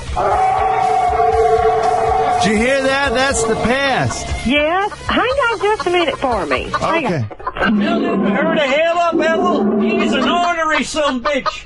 This is... Can I help you? We got some sort of pest out here in our chicken shed. Ooh-wee, Ethel, it looks like a gosh darn werewolf. Mike said it looks like a werewolf. We don't actually, can you tell what he's coming in or anything like that? Well, it ripped the door off the hinges of the chicken shed, and there's 5 claw marks on it. Came in last night when there was a full moon. But can you tell what it is from the growling there? No, best thing to do is get on the internet and check the internet there. He said get on the internet, Mike. How in tarnation am I supposed to get on a computer? I'm being cornered by this goddamn werewolf. Did you hear the growling? I heard it. What does that sound like to you? Sounds real bad. Sounds like y'all need to get away from it. He said it sounds real bad to him, Mike. No shit, Ethel. Of course it sounds bad. It's a goddamn werewolf. Yeah, probably need to get away from it. Sounds like it's real dangerous. Mike, are you sure that's a werewolf in there? I think so, Ethel. He's wearing Cousin Jeff's Leonard Skinner t-shirt. It's all torn up. Mike said he's wearing a Leonard Skinner t-shirt and it's ripped up. We think it's a werewolf. I'd get away from it if I was y'all. Maybe call the fire department. Mike, he said just call the fire department. Okay, yeah, so let me just pull this phone out of my asshole and give them a call while this thing's coming at me. Try 911. Holy Ethel! This goddamn thing just tried to bite my neck! He bit Mike's neck. He's trying to. Yeah, protect your neck. Holy sheep shit, he's coming to get me! Oh, he's getting Mike! What should he do? Want me to call 911? Goddamn thing ripped my balls off! It ripped Mike's balls off! Y'all better call 911 on the fire. I'm going to Mike's car! I believe I'd get out there if I was you. Can you outlaw? What do we do? You better get out of there while he's got free. Oh, God.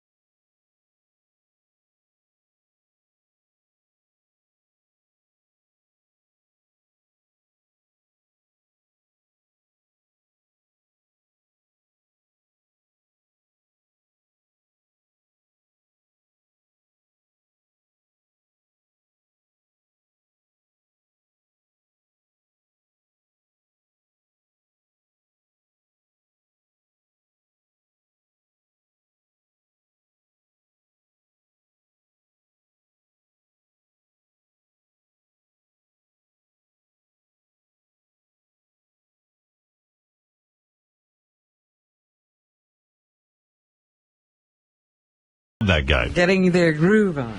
His father shot him. I think right after he made a phony phone call. Father fixed him The up. police didn't get there in time. Marvin Gaye Sr. was not pleased.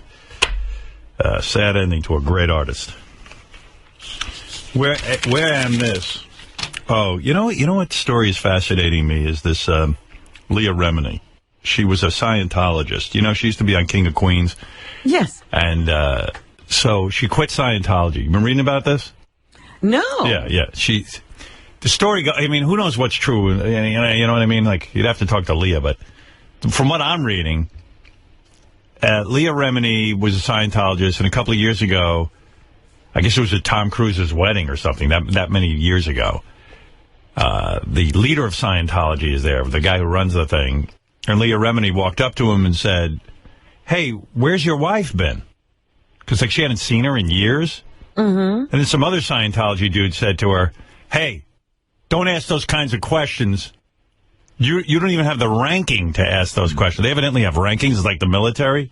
Right, you know that. So she didn't even have the ranking. Meanwhile, she was on King of Queens. If she doesn't have the ranking... that doesn't give you rank. That's true. Oh, she's been a member since the 70s. Yeah, I mean, is she that lame that she doesn't have the ranking to ask the exalted can't ask, leader? how's your wife? What's the guy, that leader's name? He's best friends with Tom Cruise. David somebody.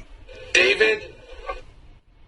We can know how to pronounce Huge erection. Miss Cavett or Miss Cavett? Yeah, Miss Cavett or something. So anyway, so she asked where David's wife was, and evidently no one's seen her since 2006. And they got upset about it. So Leah said, "This is ridiculous. I'm quitting," which is a good idea. I think everybody should quit all religions, because every religion has its ridiculousness. Well, she finally realized Scientology is ridiculous. Yeah, right. Now she got to wake up. Do now? Now she got to wake up to about just about every other way every other religion is run. So, but what's so great about the story is now the Scientologists, I guess, they should just like not care. But for some reason, they care too much. They get all freaked out when somebody leaves, and now Kirstie Alley, I guess, has been going public, and she told everyone to unfriend Leah Remini on Facebook. Which, to me, is like third grade. I mean... Well, it's like being, remember back in the good old days with the Puritans, and they'd put the scarlet letter on you, and then everybody had to shun you. They do that with the Amish, too. You're shunned. I'm going to unfriend you if you leave Scientology. So, I guess they enlisted her to go and rag out Leah Remini. Yeah, like, if somebody quits your religion, who gives a fuck? But for some reason, Scientology, they seem to really care. But anyway, I hope the Scientologists out there, I unfriended Leah, so. No. And I'm not following her on Twitter. You were actually mentioned in a lot of the articles about Leah because they talked about how she doesn't talk about it much, but she talked about it when she was on the show, that she's a member of Scientology. And maybe she should talk about it more. Tell her to come on. I'd like to talk to her about this. It'd be pretty cool.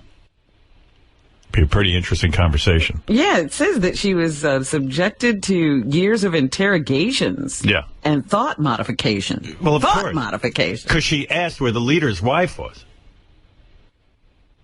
I mean, really. Yeah. And by the way, if you're sitting there smugly going, my religion's better than Scientology, you're wrong. They all have this kind of fucked up stuff going on. Well, even the Catholic Church recently, the new pope, who seemed... at first you thought, oh, maybe this guy's going to be okay. Oh, no. Then he decided that, the church doesn't have to disclose much of anything about itself. And, like, even the nuns, I mean, these are women who work tirelessly for the church. They can't even, like, ask questions of the priests because they're men.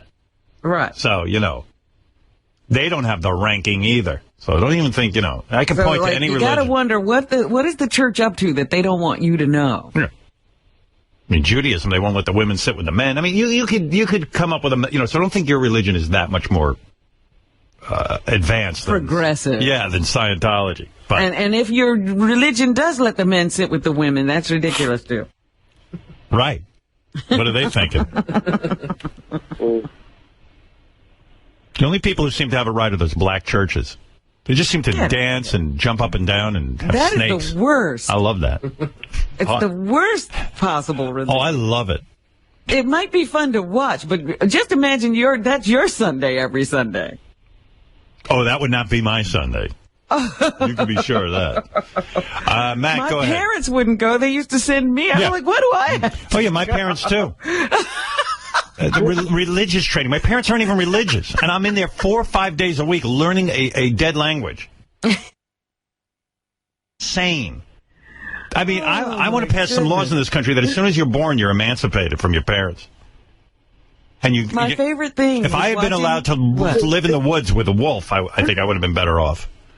My favorite thing, the minister would get all worked up, because it's really a performance. Right. First you have all the singers, and then the minister has to come out and close everything down. Right. He's got to give a good sermon. A good closer. And his thing was he'd get all worked up, and then he'd have a handkerchief, because they all spit and everything, because they're yelling so loud. So then he'd have to wipe his mouth with the handkerchief.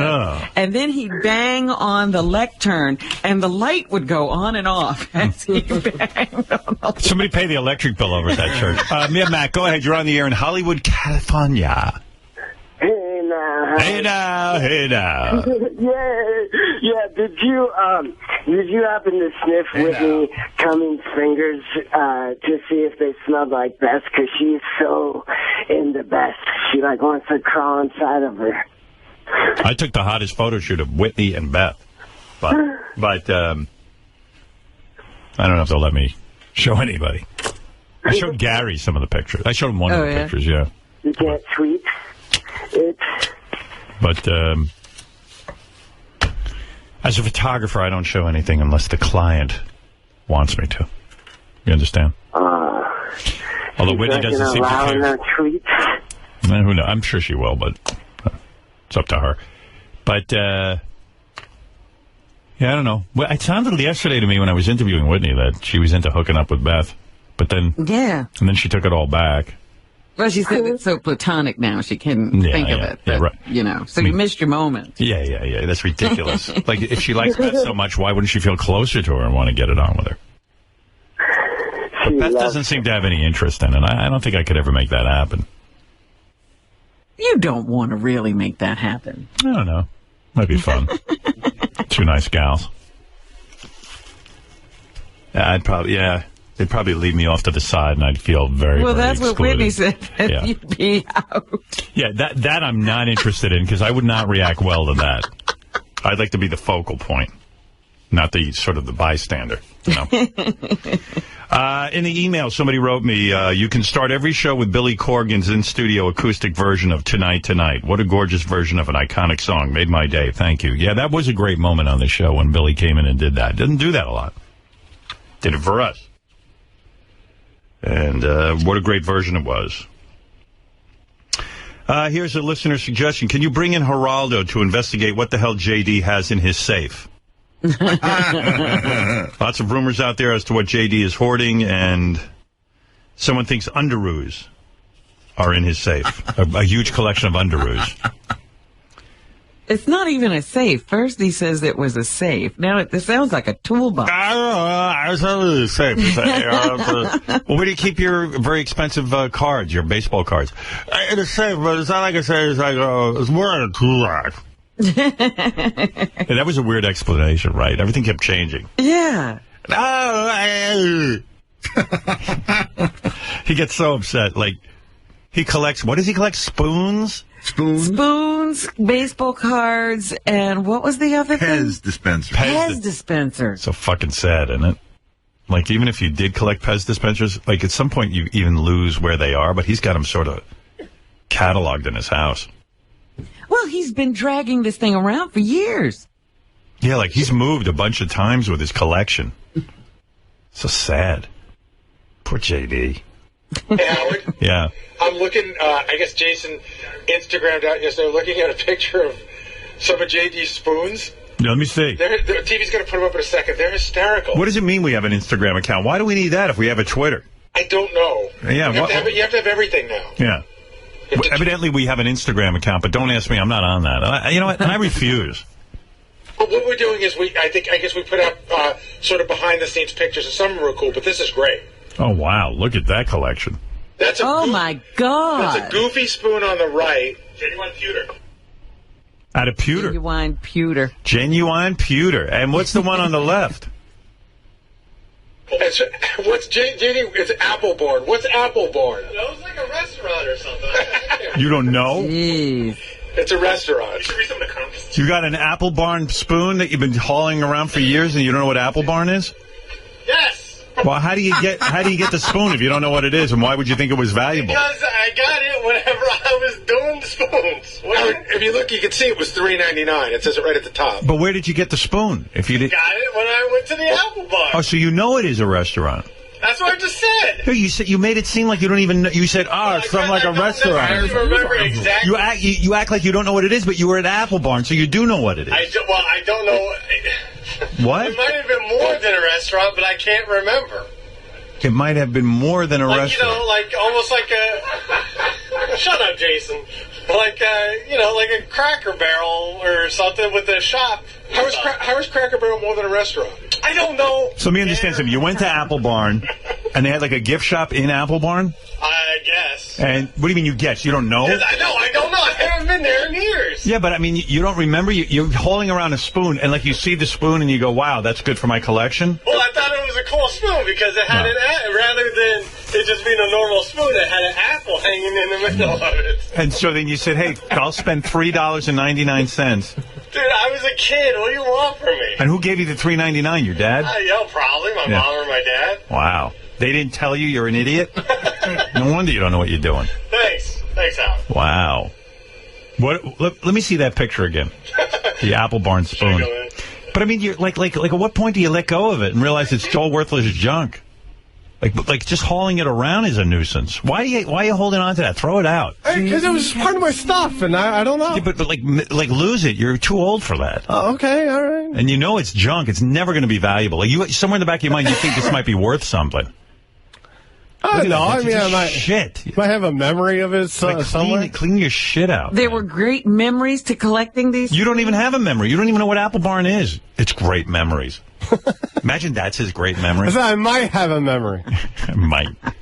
Like, that's his great memories. God, what a horrible life you have. I remember, when I look at the spoon, I remember the good times. Apple Barn. I don't know what it is.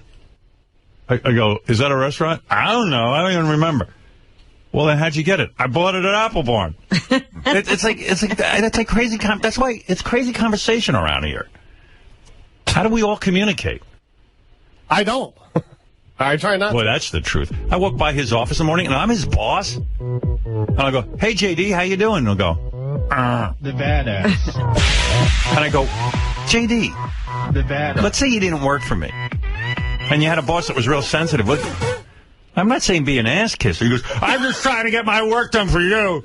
Didn't say it like that. You did. Well, you are dramatizing that conversation. Okay, yeah, I'm making that up. Well, you're making it more dramatic than it was. I was busy doing something. You said, hey. I just said hi. Yeah, I know. I said hey back. Yeah. No, you went, oh, no. Like the Frankenstein monster. It was like bothering him. I was just trying to get something done. JD. You know, I'm like,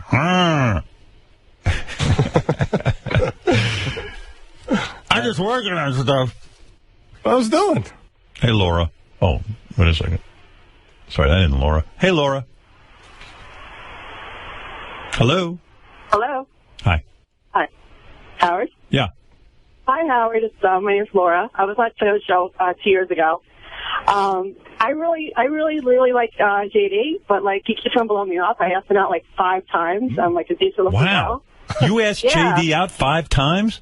Yeah, like he texts me and he just wants to FaceTime, and I really think he's cool and I think he's cute. And what's the coolest thing about JD? The spoons or the baseball cards? Which are you going to see first? Yeah, what? I bet you're just going to use him for his Applebee's spoon. Apple Barn. Apple Barn. He makes the excuse that like he doesn't want to go out there because I'm friends with High Pitch. I'm the girl that High Pitch wanted to kill a couple years ago. Do you know who this girl is? Yeah. Is she a nut? Hi, JD. I know. I mean, I don't. Like, she is now for calling into the show, but plus, wasn't she doing High Pitch? Didn't you blow High Pitch? If I remember. Yeah, I was on the show with High Pitch. Yeah, you blew High Pitch. You know, No. I didn't blow High Pitch at all. I was his friend, and I But was. she's friends with High Pitch, Eric, and it's just a weird thing. Is she hot at all? She's cute, yeah, but it's just. Show, Howard. I was on the show. She's got to be. Really cute. If she's friends with High Pitch, she's got to be odd. No, you definitely thought I was cute, and She's nice and cute and everything. It's just the High Pitch Eric thing is just so odd. I can't get past it. I'm like into you. I even went to the block parties to hang out, and like you just blow me off, and like I don't get it. It's like I think you're awesome. She's trouble if you fuck her. I don't want to see you get into trouble. You will not be able to handle her neuroses. Daddy. Yeah, no, you can't go out with her. Who's hot? Sorry, baby. You're really that hot, huh? Well, you thought I was. Like I said, Who does she look like? I don't even I was know. on 2 years, Howard. I don't catalog it like JD, everything that happened 2 years ago. I was alive on July 20th, 2000. All right. Slow down. It might be. Who she look like? Maybe, Sal knows me too. Sal knows me. I know Sal. Before plastic surgery, maybe there's some Amy Fisher in her face a little bit. Oh, yeah? So, I'm like normal. Like I'm an occupational therapist. I have a really great job, and JD keeps on blowing me off. Why are you so desperate for JD, though? I think he's cool. Like I met him a couple of times. We chat. And you definitely would have sex with him? Why not? Wow. I haven't had sex in a year. I broke up with my boyfriend, and I'm into him, but he just keeps on blowing me off, and it's kind of weird. And do you ever have a weak moment where you're like, hey, maybe I should just call her? Oh, yeah, of course. Well, and that's what a lot of people. Yeah, I do. She have big titties? Big enough. Yeah. She have a nice body? I'm a double D. Yeah, decent. Yeah. Is she chubby? No, I don't think so. Howard, I was on, like I said, I was on the show 2 years ago. You said I was very, very cute, and Rob. All right, we heard that already. I don't remember you. I need to see a picture now. But I mean, first the High Pitch thing about, and now this. I mean, this is just asking me out. What's going to happen if we end up hooking up? I mean, she calls into the show or something. Then with that, and how are you going to get rid of her? So a lot of things go through my head. Have you ever stalked anyone? I have not. I've been stalked by High Pitch, but that's about it. But I do need to stop feeling so bad for him because he's kind of hopeless because he doesn't really initiate or, I've asked him to go out to drink. So, I drive. I said, I'll come to the city. Let's hang out. Fred, do you think that he should, go out with her? Throw her a bone. Really? Doesn't she sound kind of kooky? Like she keeps repeating what are the your same options thing? right now? But how about listen? Just because I don't. Hold on. Fred, doesn't she sound seriously? Doesn't she sound nutty? I mean, but sometimes that's fun. I'm not nutty at all, Howard. Just change the locks on your apartment. And just because I don't talk about having options, I might have some other options. Robin, what do you think? Doesn't she sound a little? I'm a little torn. Yeah. No, Robin, I think I'm leaning more no than yes I'm a guy because of the little craziness. Yeah, but I'm a guy with a dick, and if I'm not getting laid, I'd probably fuck her. Exactly. I know. Robin, when I was on the show, you said I was absolutely lovely, and you could not understand the match between me and High Pitch. But do you mind if JD just has sex with you and then never calls you again? Through a sheet. Through a sheet. But seriously, what would you do if JD had sex with you and then decided to never call you again? What would you do? A, would you just leave him alone? B, would you call him repeatedly? C, would you call the show repeatedly and complain about what a fucking heel JD is? Honestly, I think JD's a really sweet guy. I don't think he would do that. I mean... Oh, he'd do it. He might. He's a guy. I'm a big girl. I can handle it. It's no big deal. But right. I don't think he would do that. Because I think he's genuinely a very, very nice guy. All right, if JD fucks you and you get pregnant, A, do you get an abortion? B, do you have it because it's JD's baby and then you're tied to him for life? Or C, do you give it up for adoption? I would probably take the morning after pill or something like that. I never did that, but I would probably have to do that. Mm-hmm. Yeah. But, there's no hope for him. You feel really bad for him. Oh, we can't get a girl. But like I said, he's, very difficult. What do you think, Ron? I know who she is. Yeah. Is she hot? Be honest. She's kind of cute. But give it on a 1 to 10 scale. What is she, a 5? 6. More than 5. A 6? 5, 6. Oh, there's her picture. Oh. Oh, yeah. But the only thing that scares me... Yeah. She is like a major fan. And so what does that mean? A fan is bad? No, but she shows up at everything, and it's kind of like she is kind of a stalker in a way. Ron, even if it's cute block parties. I'm not like. I didn't say you were Yeah, you did say kind of. I said. He said kind of a stalker. It's so much kinder. He doesn't even listen to himself. I didn't say you were a stalker, right? No, she's kind of a stalker. Well, you know what? Let's get rid of this attitude that a fan is a bad person. I mean, what are we saying about ourselves? Dude, I've been listening to the show since I'm 8 years old. Yes, I'm a fan. And is that making a bad person? I'm going to love Howard. I think She he's has the unbelievable biggest and- boobs I've ever seen. Good Lord. You got to see those. Robin looks like a flat-chested boy next to her. I'm just a double D. I'm not that huge, but I don't think I'm a Jersey 7. Okay, so let's put it that way. I'm a Jersey 7. I'm not like I don't think I'm. Well, let me super ask you hot, but- something. Would you date Steve Brandano? No, I don't think so. I mean, I'm just like into certain type of people, and JD seems really sweet, and I just, I kind of feel bad for him in a way, and I just, I think we'd have a good time, but he doesn't give me a chance, and it like kind of pisses me off. Well, why do you keep saying you feel bad for JD? How can you not feel bad for JD? It's a spoon collection. Yeah, but I mean, I don't think JD's going to be turned on by somebody who feels. I don't know. I guess I have. Excuse me. I'm looking for a girl who likes spoons and thinks it's cool. Yeah. Look, I've been Right? helping out High Pitch for like 7, 8 years. Yeah, now. well, that's disturbing. Well, that's what I think scares JD. Yeah, well, JD might be on the right side of that equation. Right. He's petrified of High Pitch, but like I hang out with High Pitch maybe twice a year. It's not like I hang out with High Pitch every day, but Yeah. I think it would be cool. But he doesn't give me a chance, Howard. So what am I going to do? Can't beg. I'm just staring at your picture, thinking whether JD should have sex with you or not. You said I was cute, Howard. You really did. You I said think it a couple JD should times. have sex with her, and that's it. Yeah. Right. Yeah. Nothing wrong with that. I could use some sex right now. Like I said, I haven't had sex in about a year, so maybe I'm just desperate. Did you do anything? What about that, JD? Did you do anything sexual with High Pitch? Absolutely, a million times no. All right. You're just friends. No way in a million years. And she's just a friend. What do you think, JD? You want to go out with her? I mean, this phone call did not really help things at all. No. So I don't know. We'll see. She's desperate for you. I don't. We'll see. We'll see. Were you on the fence? Were you about to say yes to some kind of assignation? What? Just now? Before she made this call. No, I mean, I've said to her, and it's always been, I've been very leery of the High Pitch Eric thing. Won't you at least let her blow you?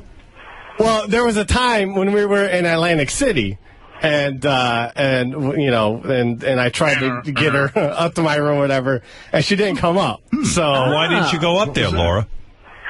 Because I'm not like a cheap slut. I mean, I just, I want Right. to I said, JD, come down. I'm at the bar. Let's have some drinks. And he's like, oh, the fans are going to Oh, you just wanted her to come up. The fans are going to bother me. Dude, it was. JD just wanted you to come up and have sex with I her. was tired. I just, it was whatever. You just performed on stage? Yeah. I needed to decompress. He wants a FaceTime relationship. Like, he tried to FaceTime me, like, over the weekend. And I'm like, JD, let's hang out. I don't really want to FaceTime. Like, Oh, he wanted you to, like, get naked on FaceTime and jerk off. It was in a front of moment of weakness that I had. And What'd you want her to do? Like, jerk off in front of you? Topless whatever, Show yeah, me your stuff like tits. that. But Show me your tits, please. Play off your nipples. Oh, you wanted to have like computer sex with her? Yes, that's what he wants. He doesn't want like a real woman. He wants only computer sex. And I'm like, well, listen, I'll hang out. I mean, but just computer sex is like, I'm not into that. Put a spoon in your ass. I gotta be honest with you. I gotta be honest with you. You do talk a lot. You know? I don't fucking tolerate that. I am a chatty Jew, Howard. Maybe that's Chatty what it is. Jew. It's the Jew in me, I guess. Get some of that kosher No. KY and lube you No, up. I'm definitely not kosher. You into anal at all? Sure, why not? Wow. I'm into everything, and like, I don't understand. I just don't get it. I make really, I make over 100. Can't you be quiet? Like, you make over $100,000 a year. Wow. I make good money, I'm not bad looking, and I want to hang out with JD, and he's totally rejecting me. I feel like a loser. JD, why don't you pretend she's a blow-up doll and go out with her? Come on, JD, give me a chance. Why don't you go out with her this weekend? Whatever happens is going to happen in private. It's not going to happen on the show. Oh, it's not going to be private, I guarantee Well, that. exactly. That's what I'm worried about. So, what are you worried I've been asking you out since January, JD. It's not happening. It's July now. Well, but yet you called into the show for whatever reason. I don't even know why. Dude, I would date a chick I met on the show. Well, that's just a weird. I don't know. Because Howard keeps on going back.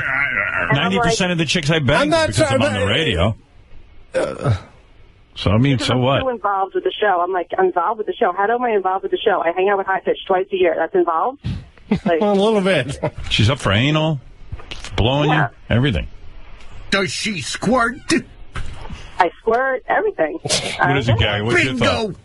You think he should stay away from her? She does sound nutty. Listen, I think you should probably stay away from her. She seems like the kind of person that you have sex with her, and then she calls us the next day and gives you the blow-by-blow description. No, Gary, I'm not like that at all. Oh, really? That's what you just did like 2 seconds ago with this past weekend or whatever. Well, because I'm throwing you under the bus now. Exactly. Thank She's you. begging you, though, for it. It's got to make you feel good. I don't care. It's got to make you feel good on some level. No, not really. I'm still getting thrown under the bus. Chick worships you. Hey, Howard. I think he's so cool.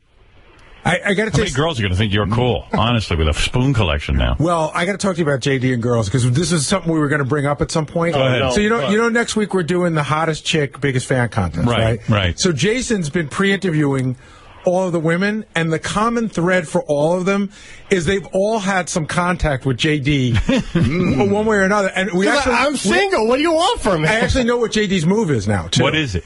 He 4 of the girls, he sends them a birthday greeting on Facebook on their birthdays.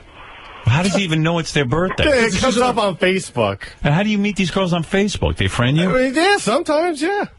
But almost every girl we spoke to has had an interaction with him, on the internet. Have any of them gone out with him? I don't think so. No. But some of them come pretty close. You strike out. A lot, yeah. Oh, I know. He throws a lot of hooks in the water. Right. It's all Facebook. Well, listen, I've tried things. Listen, I don't go out much. I'm not very. So what do you say to him? How do you ask him out on Facebook? Like you just go, hey, maybe we should get together, hang out? Oh, well, usually, because it's all like, FaceTime or Skype or whatever, because a lot of these girls don't live in New York. Right. And I'm not, the ones that are into me. And the ones that... So most New Yorkers are not into you. Well, listen, we've established before he's dead in New York. How am I going to get to Alaska? I barely go out, here, but the couple of times I have, they just haven't gone well. Well, JD, are you Skype with these chicks? I mean, some, yeah. Be honest. Yes. Have you ever had Skype sex? One thing of course I have. Like you jerked off to a girl on Skype? Well, yeah, of course. What the fuck else am I going to do? He is like taking advantage of all this new technology. Yeah. Like he's so that generation. Well, 20 years ago, he would have just sat in his room and been lonely. Right. I'm a cyber stud. Well, not really. But Howard, you heard him say he will get on Skype with a girl and jerk off. Wow. So he doesn't have to pay for it anymore, at least. Right. No dinner. What do these girls do, the ones you meet online from our show? Like, what do they do? They show you their tits? Oh, yeah, whatever. I don't want to talk about everything. Do they beat off? Sometimes. Wow. You get them to do that? I guess. Fucking man, look at you. Whatever. He's like our Ugly George, man. He just gets girls and they get naked. Ugly George, thanks. He's got a great show in that apartment going on. Yeah, you know what? Between the spoons and the baseball cards, there's a lot going on. Oh, shit, I just came on Derek Jeter. Boy, man, I hate these slow days, man. I hate these fucking slow days. These are worse. Are you using that computer that I gave you? I gave him a fucking nice of computer. course I am, yeah. Wow. But I have an iPad. Better to see you, my dear. I gave him a fucking nice, what is that called? It's a Mac, it's a MacBook. Yeah. MacBook Pro, no, it's The Pro? iMac? No, it's an iMac, yeah. What? It's an iMac. It's an iMac, yeah. The big desk one. Yeah. Here's my iBoner. You want to see some pictures? Of who? Well, this is a girl that actually... Let me see. JD started texting her when she was on a reality show. And They ended up on a date in the city. But it was barely a date. I met her in a hotel. She's hot. Well, she didn't say anything. This girl met JD in Jamaica. And she said, what happened with this girl? Did you guys get it on? No. I haven't gotten on with any of these girls. Wow, she's hot too. This girl met JD in Jamaica. She was with her boyfriend, and she said that did not slow JD down. That he was like texting her and tweeting her the entire time. Oh. Wow, she's cute. That's not even a speed bump to JD. Well, no, I'm not trying. Hey, if she wants to do it, let's go. Good man. And some of these girls you were able to get phone sex with. I mean, video sex. Skype sex. Yeah. Wow. Well, listen, I mean, they're out. They don't. I'm coming. They don't live in New York. I don't know what else to do. What else am I supposed to do? I don't have the money to just like. I don't have the money to just like travel around everywhere. Well, this one is ready. I live 15 miles out of the city. I offered to come see you, JD. I've told you. I just said here the high pitch thing bothers me. Oh, please. And now this phone call just bothers me. Well, You know what? I think you got to be a little less picky. Everything's me? Yeah. Maybe you should go with her and fuck it. I mean, she does sound odd to me, but and annoying. But thanks, Howard. no offense, Laura, but I got to talk to my boy here. Annoying. I'm not annoying, actually. I'm a pretty cool girl. I think. No, you're annoying. Thank you, Howard. Appreciate it. And I understand the high pitch thing, but she only sees him twice a year and is just nice to him. She feels bad for him, like you feel like Beth with cats and stuff. Yeah, I'm the one that had to when he got kicked out of his house. I got him a hospital and stuff. I was taking care of him, and I just I generally feel bad for people. So I'm a therapist. That's what I do. I take care of people. I guess it's kind of nice. Nature. I actually have the same job that JD's mom has. I'm a therapist, so I thought that was great. Weird. Would you pay JD for sex, like $500? No. That costs us $1,000. All right, JD. Well, Laura, I'm sorry. He doesn't seem to be budging. I'm trying. Yeah, I know. Yeah. Whatever. You're not interested, JD, right? You're turning her down.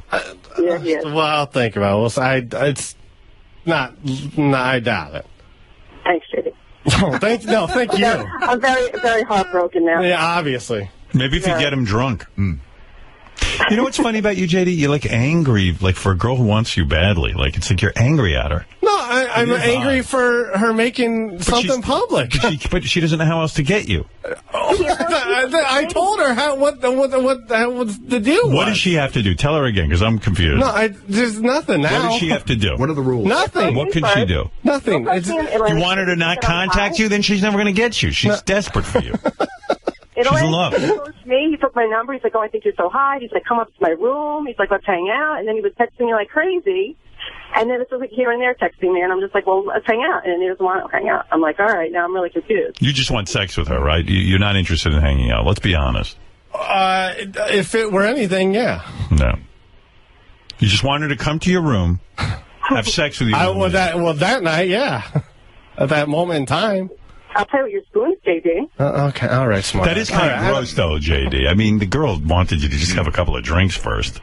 We hung out before. It's enough hanging out already. I should get credit for that. Girls are not going to just come into your room. No, and take their clothes off and fuck Well, you. listen, I mean, you're not. Yeah, I know. You're not Bradley Cooper. I'm not so funny. Even Bradley Cooper goes down to the bar and has a drink with a girl. No, we met earlier on. All right, so you put some Trying, time. JD. Trying. Uh-huh. All right, Laura, I give up.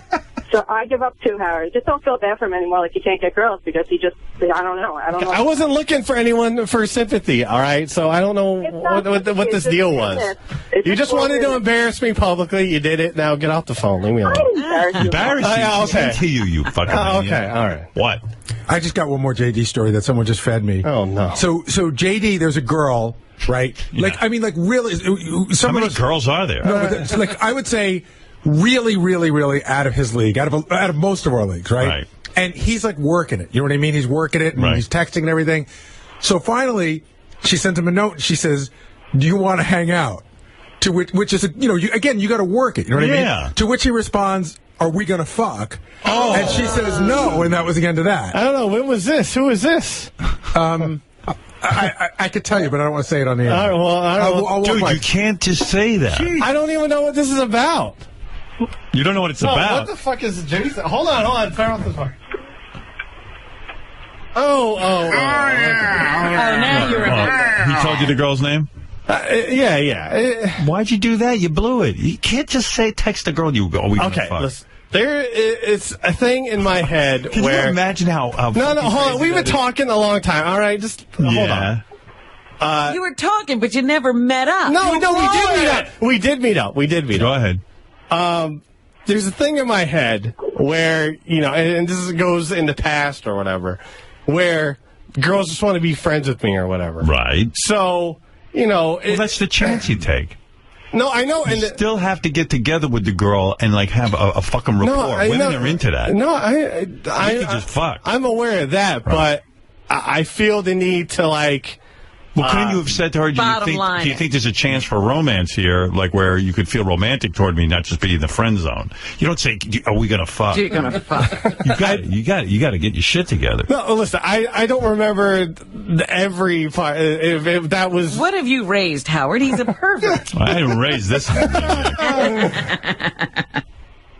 Why not just go on a date with a girl? And so if you get lucky, you get lucky. And if you don't, you had a nice time. No, I've tried that recently, and it didn't go very well. Well, all right, but you had a nice night. Every date is a home run. I know.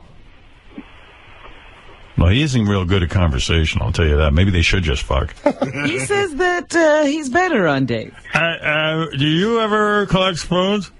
No, I don't. What about baseball cards? No. What about, what's the other thing you collect? Pez dispenser. You ever collect a Pez dispenser? No. No. You want to fuck? No. All right. No.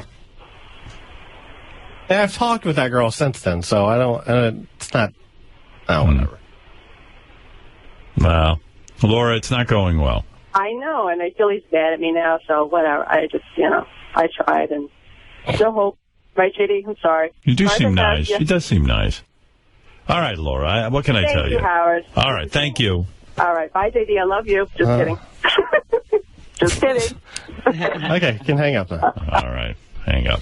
Why are you so angry? That's the thing I don't get. Any chick, I don't care if a chick's in a mental institution. If she wants to fuck me, I'm grateful. That's you. I don't know what to say. It's, I don't know. What if I just finger you? And we'll see how it goes. All right, last date I got one finger in. Can I get two this time? I'm sick of just putting my finger in you.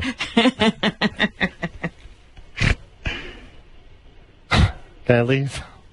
No, let me just stare at you. Don't leave. Don't go anywhere. I really am very concerned. I think he needs counseling. Oh, please. Of course he does. You ain't saying anything that profound. But really bad. I love it. I'm glad you love it. I can't believe you text a girl. Are we going to fuck? I don't remember the full conversation. Oh, you or how think it going wasn't around. that blunt? I might have been drunk. He might need counseling. I might have been a little inebriated at the moment whenever we were texting at that certain moment in time. But we had certainly met before. We've talked after. Of course. Once you talk to a girl once, you should say, do you think we're ever... No. Are we going to fuck? We talked for a while. I need to fuck. If I get dressed and come out, where are we going to fuck? Yeah. Are we going to fuck? You think I should counsel him? Or should I just institutionalize him right away? Institutionalize him. Skip to counseling? You got to get a rap going, bro. Oh, man. These chicks want you, but you got to just work it a little You different. talk your way out of it. That's what you do. I don't know. Guy's a stud. He doesn't even know it. Yeah. What do you got lined up this weekend? Any dates? No, there's no dates this weekend. No dates. Well, could have been on a date with this girl, Laura. Yeah, he would have heard all about it on Monday. Right. So what? So what? So you go on a date and you say, I'd like to keep it private. What do you think I did with her? And they're just calling into the show. What do you want from me? All right. All right. Thank you. Oh, no. Back to work. Where is the clip that I want to play, JD? I don't know. Yes, Tony. Howard, JD is the best. You know how I'm supposed to be at work right now. I'm in my car as if it's Paul McCartney. I can't leave the car because I'm laughing so much. Holy cow. JD's our best guest. JD is the best. Gary, book JD for next week's show. All right, I got to take a break. Thank you, Tony. We'll be back right after these words. Here's what happened during the big earthquake in Southern California. You were working with your business partner, and you guys decided to take a little lunch break, and tell me what happened. Yeah, me and my friend, Sal Governale, we were actually walking to go get a bite to eat. Down this aisle, right? Down this aisle. We live in these buildings right here, these brick buildings. And first we were kind of joking around, earthquake, making it stupid out of it. Yeah. And, until you experience something like this, it was like my heart was going, and I was like, no. And you didn't know if Sal was okay. Oh, no, Sal, hell, I turn around and I look, and Sal's not even around, and I'm like, first thing in my, it was only seconds, Yeah, me and my friend, Sal Governale. The Howard Stern Show.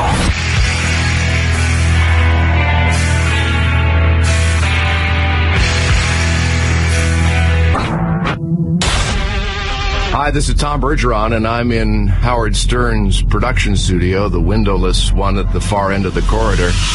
Who do I have to fuck to be a guest? The Howard Stern Show.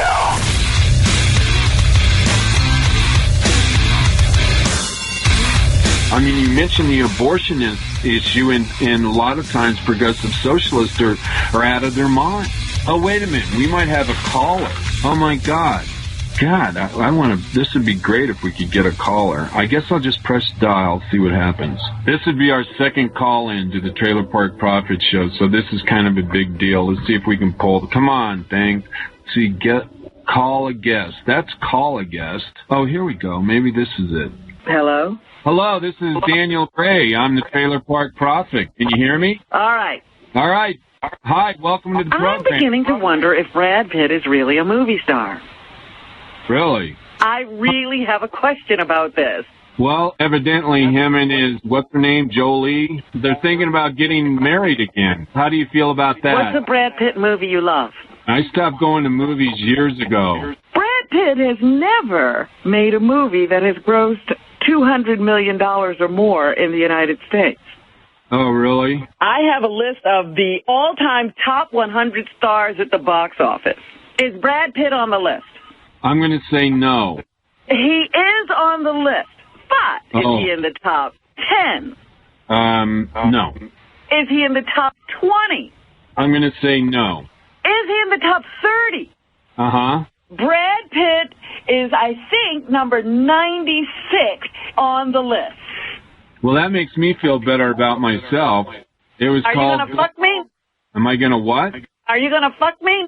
Well, not today. Asshole. All right, this isn't working out. Cancel. Damn.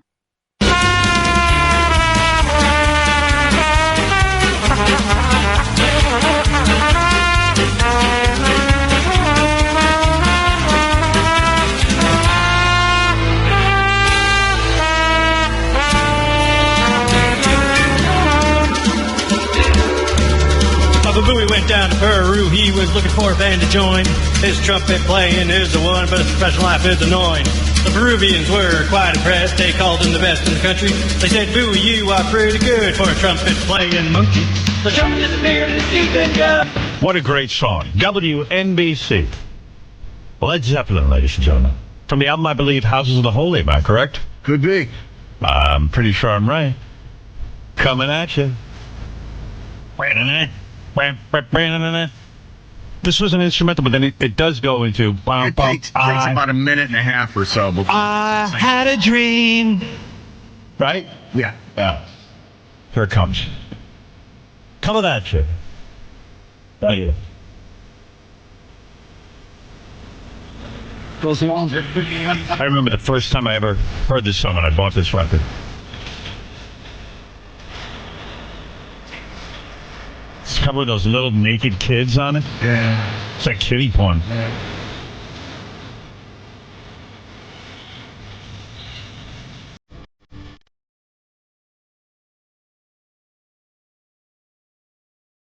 This is when music was great. Yeah, stop that. Nah, it's true. Good. Here it comes. I don't want to miss this part.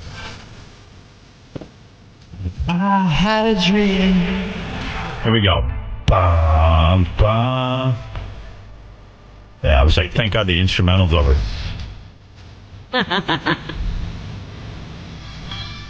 Crazy Dream. We were in...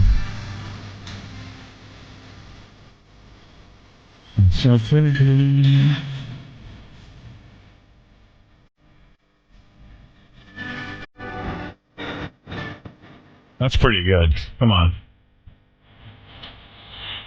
Right from Houses of the Holy. I don't know. Not getting any feedback. But All right. I'm sure that people are making good music today. No, not really. Not compared to that. Compared to that insanity.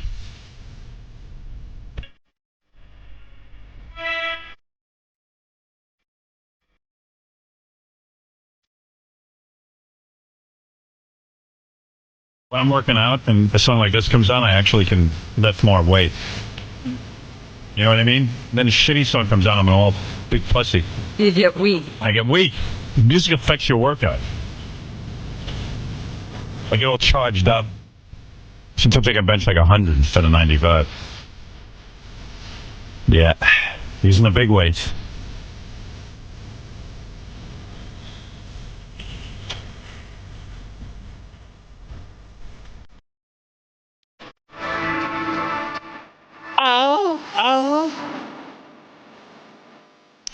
All right, let me get to some stuff here, because we got a lot. Let me go. Here's a couple of Baba Booies. This is Channel 7. It's the same guy Baba Booing. He just went from Channel 7 over to Channel 11. They were at the I don't even know what was going on. Some home run derby. What is this? What is home run derby? Home run derby. Oh yeah, at the All-Star game. Yeah. Okay. Outside the stadium. Right. Bill, it was a hot and sticky afternoon that turned into a hot and sticky night, but the heat could not stop these fans. Could not stop these fans from coming out here early in the afternoon, all to see their favorite All-Stars. And as you would expect here in Flushing, they're still pretty excited right now. But let's see what was happening earlier tonight. So then the guy goes over to the Channel 11 camera, because why not? Well, an effort is underway to change all of that, to improve the scenery surrounding the ball field. Major League Baseball's Home Run Derby and All-Star. Pretty good, right? I like these guys. They just go from camera to camera. One of these days, we'll get somebody who goes through the entire spectrum of newscasts. Right. This is a good one. Yeah. Well, Joey Boots has pulled that off. He's been on like all the major channels. No, I mean in one day. Yeah, no, he's done it. The same. He's done that? Yeah. I forget what story it was. It was a big story. Everyone was outside of like City Hall, and he just went from one to the next to the next to the next. I think he hit 5 channels. 2, 4, 7. He had 11 and 5, Fox 5. All right, that would be the home run. Yeah. No, he's hit that home run. The Grand Slam. Yeah, he's done the Grand Slam. All right. He's done it. He's done the hat trick. This is a good one. This is an Australian anchor person losing their place on the teleprompter, and the dude's just I think it's a woman, maybe. I listened to this a while ago. It's just a mess. We'll have to leave Canberra there, but obviously it's firming up that Kevin Rudd obviously is getting the numbers with the support of Bill Shorten. The same opinion. And we'll have to move on to our next story now. But all very interesting down in Canberra. Of course, we'll continue to bring you continuing coverage throughout the evening on our news, but now we'll also be crossing to our viewer poll shortly. Now to a Muslim who was on his way to becoming a radical.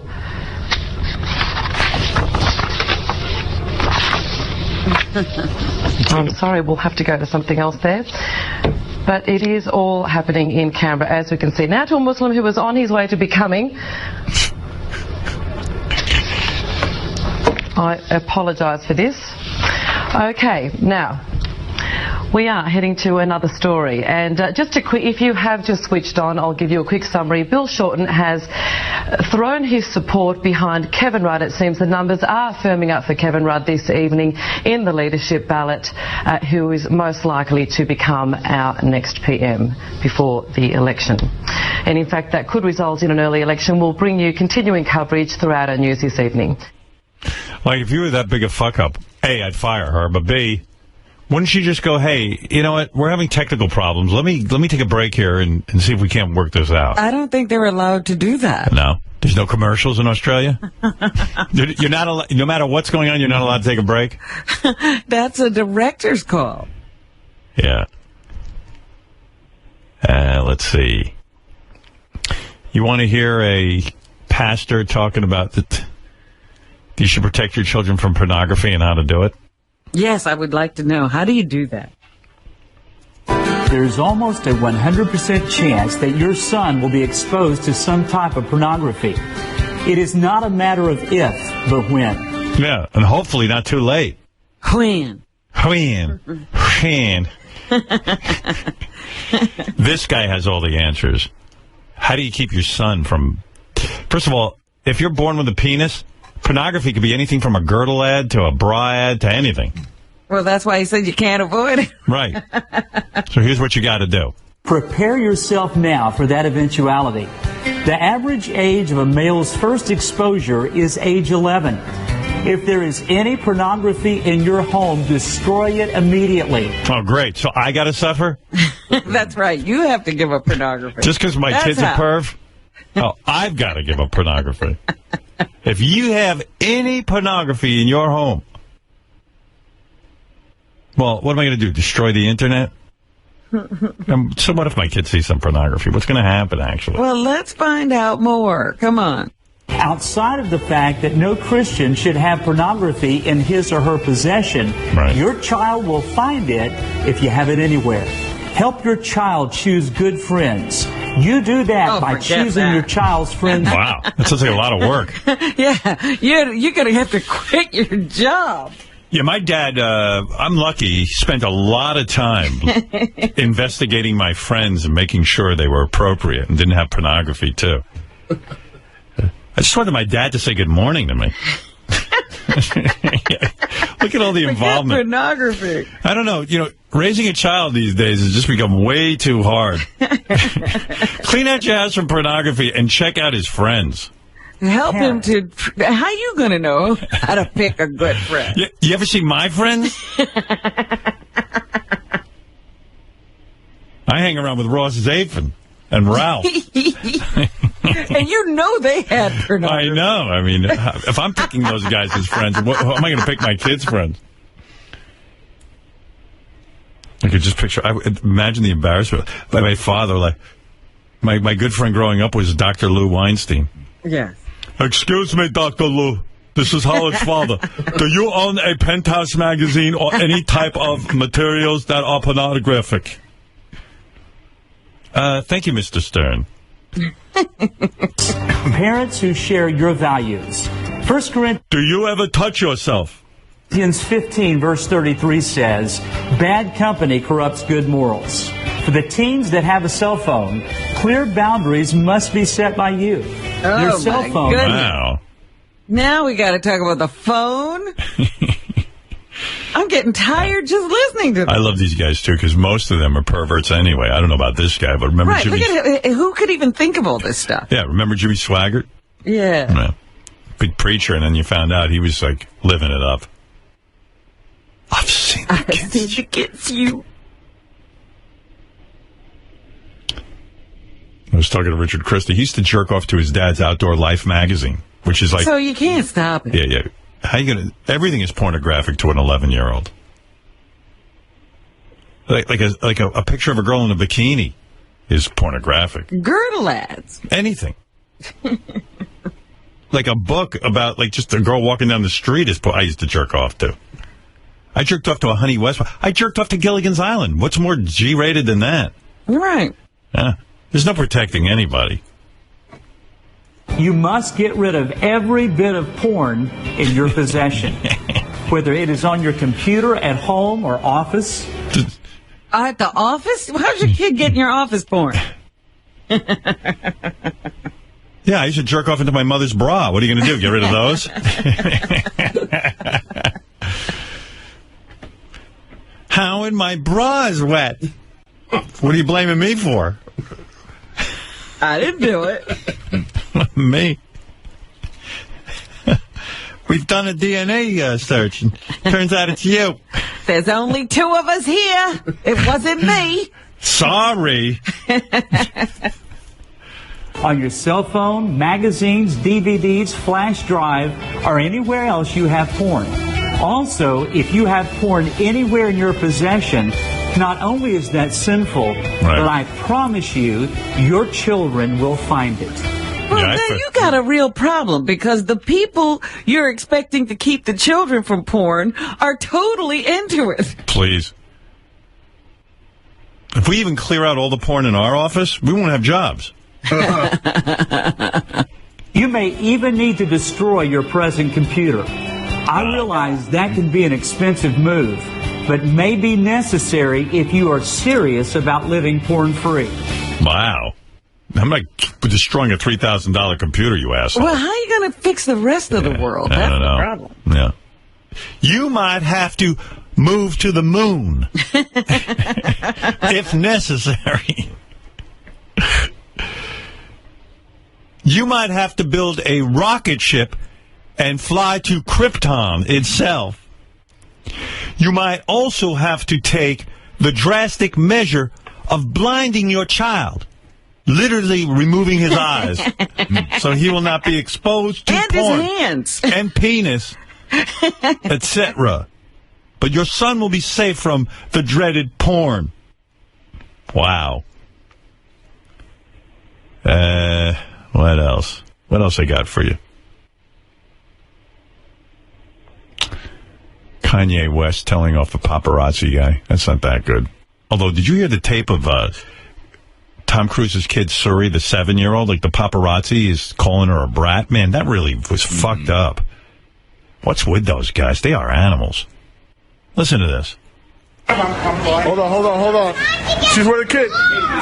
This is them chasing around that little Suri Cruise.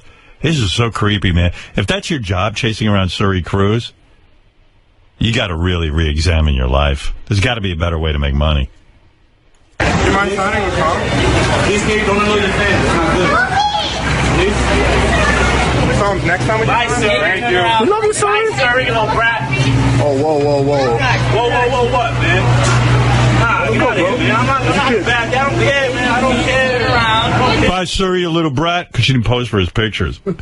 What a dickhead. So the other paparazzi guy he had some morals. He was like, hey, dude, you got to calm down with that shit. That kid's 7.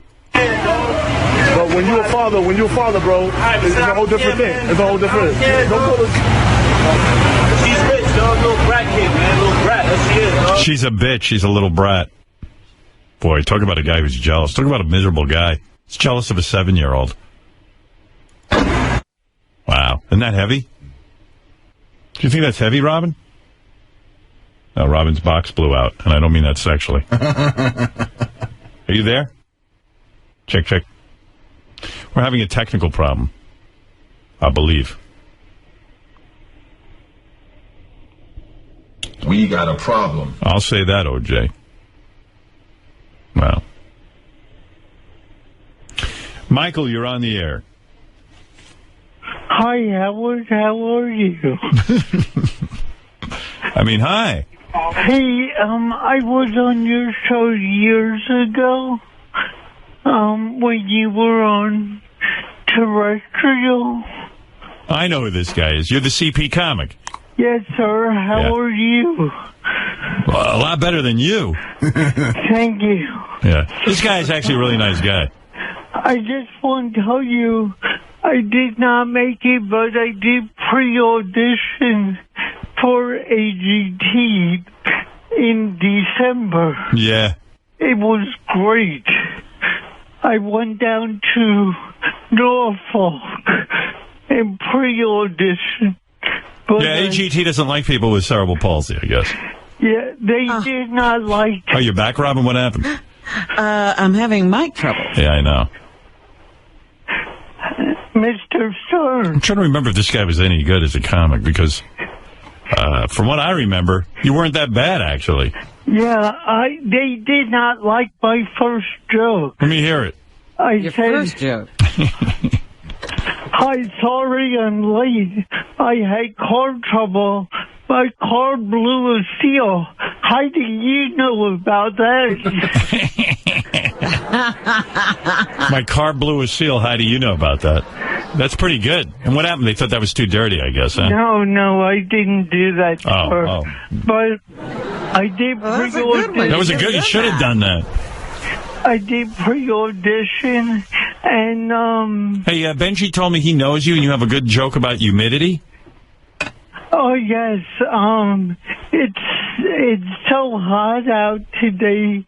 It's not the humidity, but it's the fact that my balls sweat. You think that's a good joke, Benji? No, it's not, sir. Yeah, I've heard him do it, and it worked well. I don't get that. It's not. Mr. Stern? I don't think that's a very good joke, but that's just me. No, it's not. It's old, sir. Oh, sorry you didn't make it. You know, that might have been kind of cool to... Well, how do you hit the buzzer on a guy with CP, you know what I mean? Mr. Stern? This guy, by the way, you know, as bad as he sounds, he doesn't even have that bad as CP, because I worked at a CP center, and I had a guy... the guy I worked was like...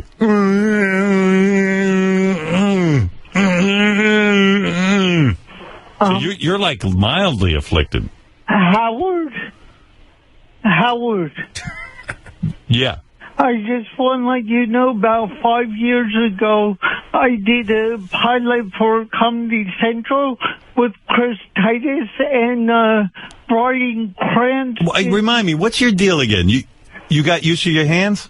Yes, I have full mobility. Can you walk? Yes, I was on your show. I know, I just don't remember what you were. That's why I'm asking. Yes, I walk. I'm fully... Do you walk like crooked and shit? Are you all fucked up, or are you just kind of... Walk with a severe gait impairment. Yeah. Exactly. Now I remember. By the way, I've been in touch with Gary. Did your father protect you from porn? No, in fact, I sold my dad porn. You sold your dad porn. So you... That's right. Yeah, you could walk, but you had like kind of a fucked up walk, and your speech is affected. But he's in pretty good shape compared to the guys I work with. Yeah. And I was thinking about that. You were in an institution. Yeah. I mean, I was there visiting. To make that clear. But, yeah, my mom, I was a little kid. This shows you how out of it my mother is. She goes, you need to volunteer at the Roosevelt CP Center. And I didn't even know what a CP Center was or anything, but she told me it would make me a better person or something. You know, okay, that's fine. She sends me down there. Hold on, Junior. The guy I watched was a lot like you, always interrupting. Sorry. Okay. And then, so my mom sends me down there. She doesn't walk in with me. She doesn't see what, I'm a kid. She dropped you off. Drops me off. Here goes, all right, have a good day. I'm volunteering. I walk in. These women don't know me who work there. They stick me in a room with a guy who makes this guy look like he's Superman. This fucking guy I had, they go, oh, we're going to give you the toughest case. Now, what about me at 12 years old? Why did they look at you and say, you need the toughest case? Yeah, right. Like, and they stick me in a room alone with a guy, and they just go, they give me a few instructions. They go, he has very severe CP. He can't communicate normally. If he tries to tell you something, he's usually pretty calm, but if he tries to tell you something, just have him point to these little plastic sheets that has words on it, and he'll tell you what he wants. They close the door. I know I've told this story before, but I'm still in shock over it. They close the door. I'm alone with the guy. All of a sudden he goes,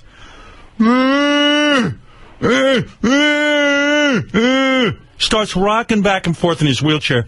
He rocks so violently, the whole fucking wheelchair goes over. And he falls on his side. And I'm like, oh, shit. I go tearing ass out of the room. I just want to run the fuck out of there. I find the woman finally. This guy, meanwhile, I know he's on the floor. He's on the fucking floor. Oh, dear. I run to the woman. And did they come and help you? Yeah, and they come and help me. I was scared to tell anybody. I figured I'm in trouble because the guy fell under my watch.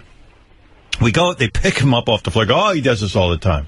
I go, okay. And they go, you just do this. So they take out the plastic sheet, and he's like, and it turns out he's pointing at the record player. He wants to hear music. And all they had, he was a music lover. How do I know? And then he, I thought he was going to point to the words "ugly face," meaning me. He was I'm freaked out by him. He's freaked out by me. I'd never met anybody with CP before. And so then they go over to the record player, and they got one of those like it's a big thick spindle, and it's a 45. Right. And they put the record on, and they leave me alone again with them. As soon as they leave, I don't know if he didn't like the song. He goes, and you guys violent, like rocking, screaming. I don't know what the fuck to do. I'm a kid. I was a little kid. You know what I did? I was like, feet don't fail me now. I ran past the lady at the desk, and I ran out. And I just ran on the street. Oh, my goodness. And that was the last. How did you get home? I walked. I told my mother, I am not fucking working there again. I said, you work there. So one day. I'm not working there. not even a whole day. Robin, my mother should have come in with me and at least talk to the ladies and said, how did she even know to bring you there? I mean, what is this? Who knows? Like, my mother was always, you should live in a black community and go to an all-black school because I'm not afraid of black skin. That was her attitude. Like, she goes, you should be a good person and volunteer at the CP Center. How about you fucking volunteer? Whatever. I mean, why a CP Center? I don't even understand. I don't understand any of it. Roosevelt is a town that's 1 square mile. Howard? The fact that... How dare you interrupt when I'm in the middle of talking about your affliction and trying to educate people? Roosevelt was 1 square mile. What's so funny about that? And, I mean... And so, like, the only place in town to do good was at whoever heard of 1 square mile having a Roosevelt CP Center? So, I mean, she probably drove by it every day and felt guilty that she wasn't volunteering. I don't know. But she didn't even know what that meant. No. And how old were you? Like a kid, like 11 or something. That's crazy. Oh, no, that wasn't crazy enough. Then the rest of the day, she'd drive me to the dentist and not give me anesthesia when they drilled my teeth. So after a full day at the CP Center, I got to get drilled by a dentist who didn't understand why my mother was doing this to me. Howard, just raise your hand when the pain gets to be too much. Then he'd start drilling. And then when we got down to the nerves, because, again, I wasn't allowed any anesthesia or aspirin or anything. That's when it got a little tricky. The hand went up a few times, but I wanted to be a brave soldier and impress my mom, so I tried not to put my hand up. Motherfucker. Then I got to go to bed. Thank God. That was the sweet relief. You wonder why I don't leave my house? You're lucky I don't have a spoon collection. I'm so fucked up. From Apple Barn. And I should be saying you should be in an institution. By the way, Apple Barn is it's a fruit stand, it turns out. Remember, I said, JD. Fruit stand? I go, JD, what's Apple Barn? He goes, I don't know. It's like a restaurant, but more. It's not a restaurant, but more. But more. It's not even a restaurant. Yeah. Sorry, Michael, what? A few years ago, I was on a pilot, and Bryan Cranston was our director, and he was tremendous to work with. Well, thank you. Good. No. Boy, what a non sequitur. You think you'd talk about the CP Center? Did you ever live at the CP Center? In fact, Howard, the center you volunteered at, I went twice a week after school. Oh, the Roosevelt CP Center? Yes, I no was kidding. mainstream, but then I would go there for my therapy. You were probably that fucking guy I played the record for. Yes, in fact, Yes. I invented scratching. But they should have given me this guy to take care of. Right, because, you should have had the lightest case. Yeah, right. Like, okay, he's a little boy. Give me somebody. Give me someone who can talk. Wow. May I? Did you ever at any time grunt instead of talk because you didn't really kind of have that skill yet? No, sir. See, this would have been a good guy for me to start with. And then I could have worked my way up to a guy who grunts. Maybe. Yeah. I got to go, Michael. have the temperament for that. Sorry you didn't make it on AGT. Maybe next year. I know you're super busy, but down the road, may I come in one day again? Oh boy. Well, again, you've been Let me talk to Robin for a minute about that, okay? Hold on a sec. How do you say no to a CP guy? Hold on, I'm coming in. Oh, Wait good. a minute, but he said he'd been here already. Yeah, I know. How many times is he going to come? That we can't allow more than one visit. Yeah, but shouldn't we be nice to people with CP? I mean, it's a tough life. No, we want to mainstream him and treat him like everyone else. Oh, okay. Hold on. Let me hear what Gary has to say, Robin. Go ahead. Michael, hold on, all right? Michael's a very, very nice guy. He was in probably 20 years ago, 18 years ago, you know, I mean, really, like sometime in the 90s and stuff. And it was interesting that time, but it doesn't merit coming back a second time. He emails me very often about coming back in, and I'm always nice to him. But what about that bit we've been waiting to play, CP Twister? Maybe that's a good time to get him involved. But, you know, it just, I mean, you know, we don't have a lot of shows, and we just don't really have the room right now. And I'm not going to tell him. I'd have to figure out, like, it's never no, because I might have something that I want to work him into, and I'll always keep him in mind. Right, but it's been 20 years. How many things are we going to work him into? Well, we might. His name comes up once in a while. Benji brings his name up a lot. Maybe in 20 years we'll have a... He does? Yeah. Like, you know, How do you know him, Benji? How are you so involved with him? The comedy community. No, but sometimes we'll be in a meeting and somebody will go like, hey, we could do a bit like maybe that CP comedian might be good. Yeah, you know that CP guy who knows Bryan Cranston, who said he was a nice guy? Maybe we should get him down here. By the way, Howard, my mom worked at that same center. How about center. he dances when Robin Thicke comes in? Yeah, Robin's not doing any dancers. Oh, he's not? No. Too bad. My mom worked at that same center. How good would that be? Like Robin Thicke, like, okay, he just scored a major success because he had hot female dancers. What if he went to a CP dance in the background on his next song? That would be an internet sensation. Yeah, I threw a couple of good ideas at him. They're just not perform. Yeah, he wants to do it. I think there's been a lot of dancing. Right. He wants to just change it up. He doesn't want to have CP guys dancing behind him? Well, I didn't offer him that one. Call him back. All right, I'll tell Michael he can't come down, but hop in if I have if he puts up a protest, all right? Okay. Hey, Michael, turns out we don't have that many shows left to get you down here. I know. I'm a big fan, and I always had a great time when I was on your show, but thank you. Well, if we were to bring you down, we might not be able to use you if something were to come up. Yeah, how about in I put you on that list Benji keeps? Okay, great. You want to come to AGT? I could have you down there. I could say hi. I would love that. Oh, you got to get him some tickets to AGT. I don't think we have any tickets left. No, we don't. No, of course we do. All right, Michael, you're a good dude. I wish you success. I know he's working hard at being a stand-up. Is he making a living at stand-up? What do you think? I want to know. The answer is no. No. I have a... I'm not a clairvoyant, but I come somehow out of it. You know who's a big fan of his? Fitzsimmons always talks about how funny he is. Is he? Yeah. Yeah. See, he is funny. Yeah. He is funny. Hey, you getting any pussy? I got divorced, and I'm with someone now. Yes. No kidding. JD can't get laid. Hold on. Did you leave her, or did she leave you? I left her after 13 years. Wow, it's a man's world. Why'd you leave? Why'd I leave? Because everything was on me, and I wasn't getting a lot of help as a partner. You want to date JD's girlfriend, Laura? So you got a girl now, huh? Yes. Is she a regular girl or CP girl? Regular girl, kindergarten teacher, and nice. Every date we go on, I'm still on yellow. What do you mean? What does that mean? Oh, I'm kindergarten. They get graded at the end of the day, like green, yellow, red. That's a little I didn't inside. know that. That's kindergarten humor. I don't know, man. Maybe you got to mainstream that. Audience. That's why you ain't making money as a stand-up. No. Every day we get yellowed. I'm sorry, sir. Yeah. Have you ever thought of writing? Yes, but one word takes me 6 hours. You're right, Benji. Michael is funny. But I What about having him down as an announcer, like what George Takei does every once in a while? Well, Alec Baldwin's in next week. You think you'd like to be announced by Michael? No, but I mean, like on a slow day, you just have him. We could. No.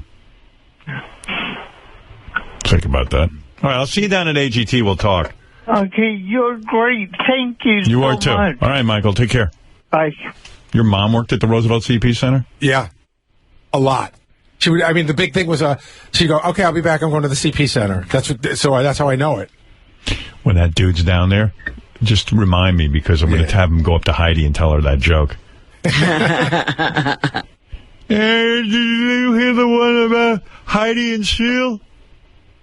That'll be good. Well, don't blow the punchline for him. I already forgot the joke. What's the joke again? I only heard the second. My car blew a seal. Who told you? Now, what do Heidi and this guy's car have in common? They both blew a seal. Nothing, but he said Heidi's blown a seal. Yeah. That's the punchline. Heidi's blown a seal? He doesn't have to say it. He says, you know what that's like, Heidi. Right. Oh, I get it. Yeah. I'm going to introduce him to Heidi. Watch her beat up a guy with CP.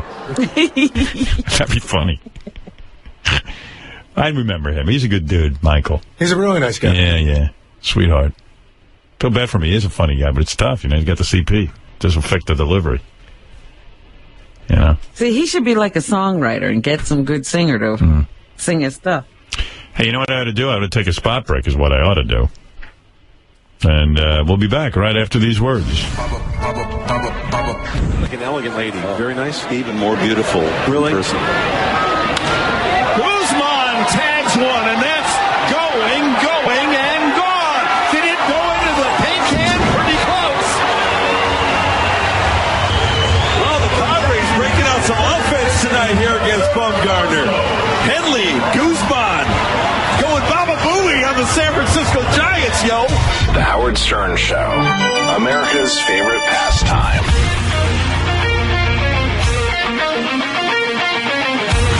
Here's Benji Bronk, trying to get black guys to tickle him. Hi, what's your name?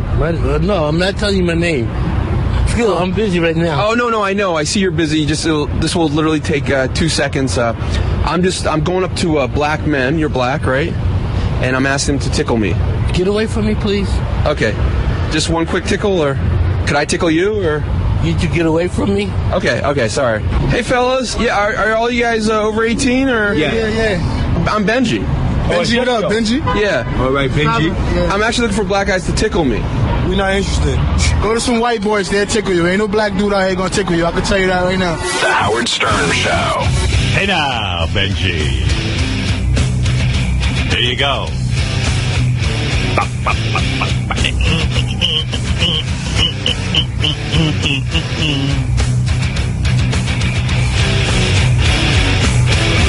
Yeah.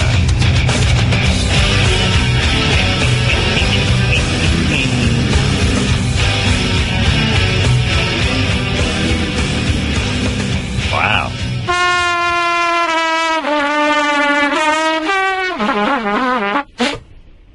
Nice. Something I wanted to play before we started the news. Oh, this is how women are now moving. This is how women are now ruining porn. This is a little over the top. This is a woman having sex, and she's screaming like a maniac.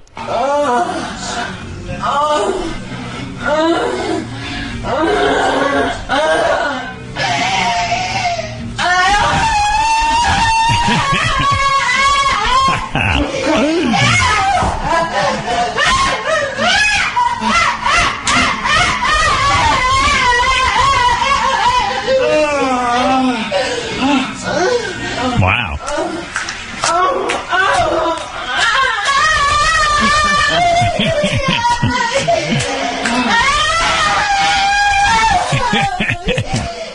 Get this porn out of my house right now. Imagine getting caught watching that. How purty. My sphincter's tightening up right now. Right, Robin. I will fuck you hard like a teacher. Wow. That sounds like some go-round. Right. That actually was taped in JD's room with one of the many women he fucks. Mark, you're on the air. Go ahead. Yeah, Howard, how you doing? You know, I wanted to tell you, ever since... Do you have CP? CP? What's CP? Okay, go ahead, yes. Yeah, ever since I bought Lisa G's book, I can't stop thinking about her. You know, I masturbate to her all the time now. I have freakishly large cunt licks. Did you take that picture for the cover? I did. Oh, awesome. And the book, I can't stop. I didn't know she was that much into sex. I love black cock a la mode. Oh, I bet she was a real dirty little whore when she I'm was pretty much a textbook dog cock lover. My match smells a little musty, like old parchment. That's from her book. I mean, those words weren't in that order, but it is from her book. Now, it's my understanding that before she wrote the book, she consulted with you to put that stuff in. Is that true? No. She didn't consult me at all. Oh, come on. I mean, you did the picture. I did the picture, that's all. She asked me to take the picture. I hadn't even read the book. I still haven't read the book. Well, she has her tongue so far up your ass. I figure she consults with you on everything. When my guests arrive, usually the first thing they say to me is, "Holy shit, Lisa, why aren't there black people here?" I smiled and said, "They are my slaves." All right. Rob, you're on the air. Hey, Howard, I know the CP comment wasn't the funniest, but he was very witty. You missed a really funny joke that he said. When you're talking about the Roosevelt Center, and you asked him if he was the guy that you used to work with, and you played records for him, he goes, yeah, but I was the original record scratcher, meaning that he couldn't play the records. Well, that's pretty good. Yeah, he's a funny guy. He actually was funny. Really funny, and you missed that. It was a very funny joke. I missed that I didn't do justice, but it was very funny. I was too busy with my own funny jokes. All right, thank you. I heard that, but the timing was not there. Right, yeah. For some reason, all the timing was not there. Him and me. Yes, Chris? Yeah, how you doing, man? Hey, now. That guy actually told you the same thing I was going to tell you. Oh, okay, cool. All right. Well, I missed it. See, it can happen. Let's see, is there anything else I need to play? I should probably just get right to the news, you know. Sarah Palin. Yeah. She's all over Fox News now. That actually ruined it for me. I almost can't watch it when she's on. Almost, I said. She is hot, though. It's crazy. She really is hot. I mean, I'm talking about just physically. Like, she's so hot. But she goes on there and says all kinds of crazy shit. Like, whatever they ask her, she has to come up with an answer. And, you know, she's not all that quick. So, like, are you going to run for governor? Are you going to run for governor of Alaska? And she's like, yes, I might have to. You know, whatever they say, she has an answer for. I'm offering you energy for America. Well, there's been talk you might run for senator in Alaska. Have you considered that at all? I've considered it because... Like, that's crazy. You quit the last time. Yeah. I mean, you're not allowed. It should be against the law for you to be senator from Alaska. And what's wrong with people in Alaska? Do they only have her to vote for?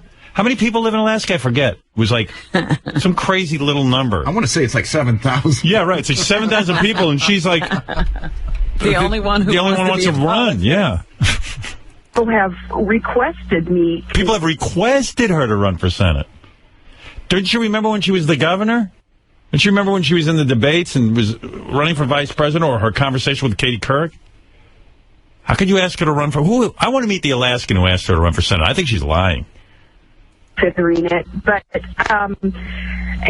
I'm still waiting to see, you know, what the lineup will be, and hoping that there again there will be some new blood, some new energy, not just kind of picking from the same old politicians in the state. Just picking from the same old politicians in this, like all this. It's like all the same politicians are bad. She's good because she's different. But isn't she the same? No, she's different.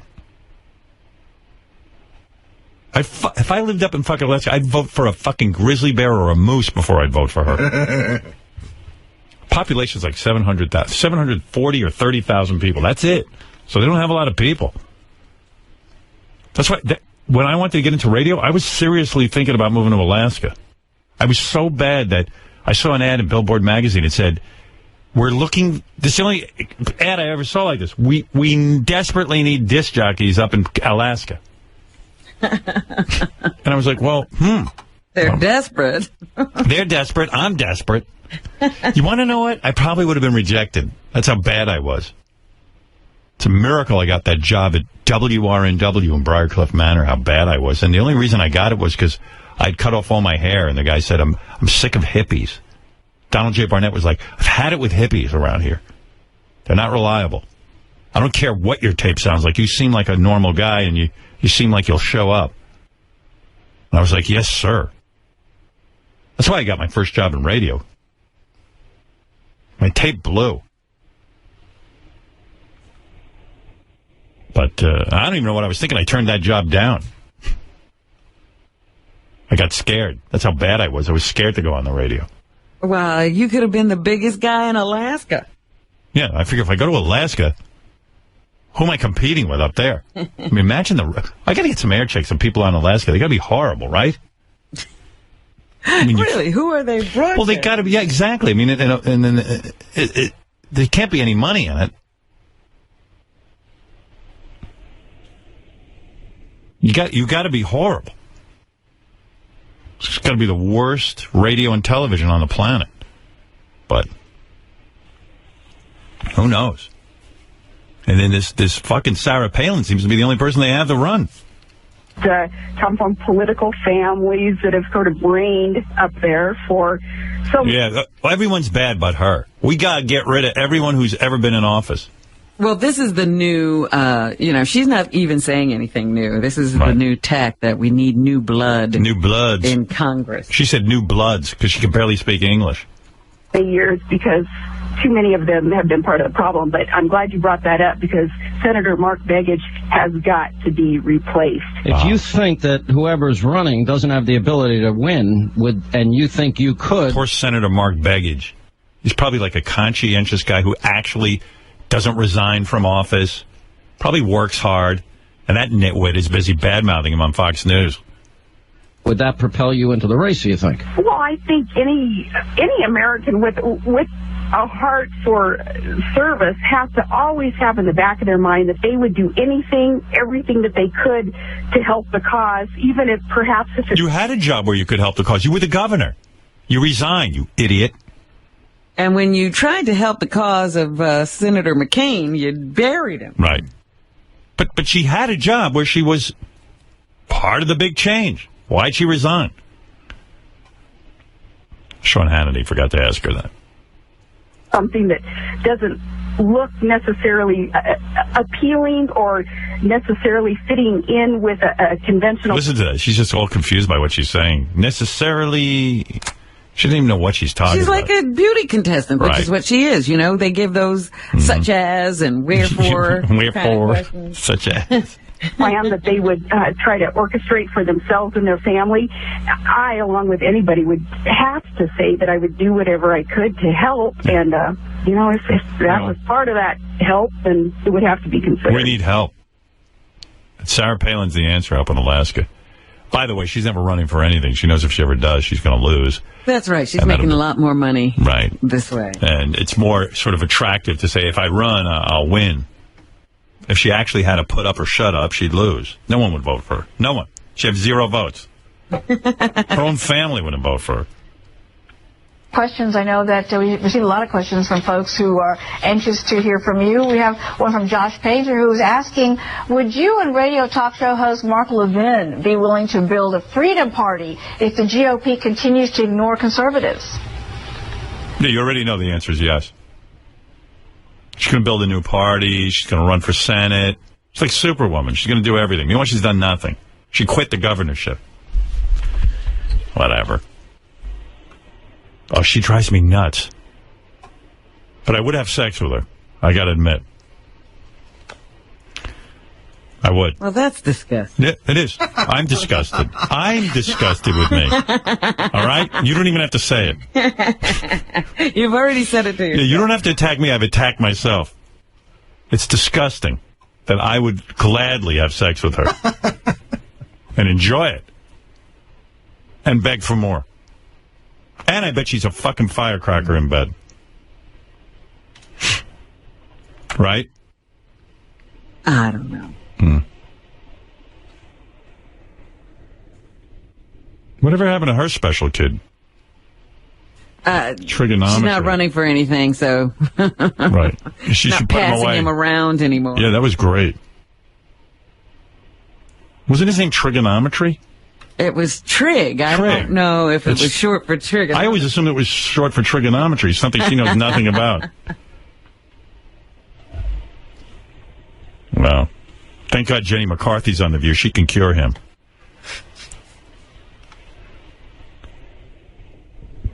That's a good gig for Jenny. I'm happy for her. Yeah, but people are upset. Yeah, well. I'm just upset it's she can't be Hot Jenny anymore. She's now got to be Serious Jenny. See, everybody's upset. Yeah, everyone's upset. I like Hot, Desperate Jenny. The one who has to come on here.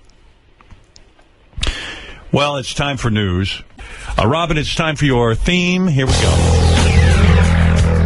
A modern-day woman with a tight behind. I want to take Robin for a mean, mean ride. I know her ass is always tight, so if you find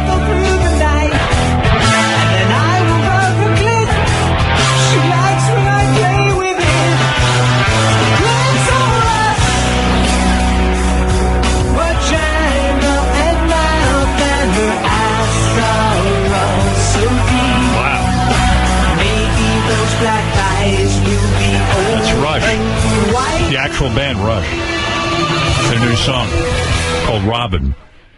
That was Psych. I'm impressed. I'm impressed that I know every guy who sings these songs. I know Psych. I know Little Mikey. I know, what's the other guy's name? Eli Braden. I know their voices. They're true rock stars. There are a few others that slip in here and there, but those are the main three. Those are the big guys. Right. This is a pretty good song, actually. Remember the clip I played you yesterday of the guy coming really loud and ruining porn? That guy? We realized you could mix it into Living on a Prayer, and it sounds pretty good. We'll give it a shot. What do you think?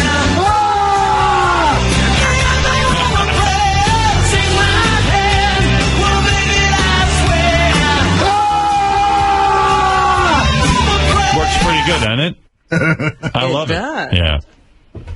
We realized also it works pretty well with Won't Get Fooled Again.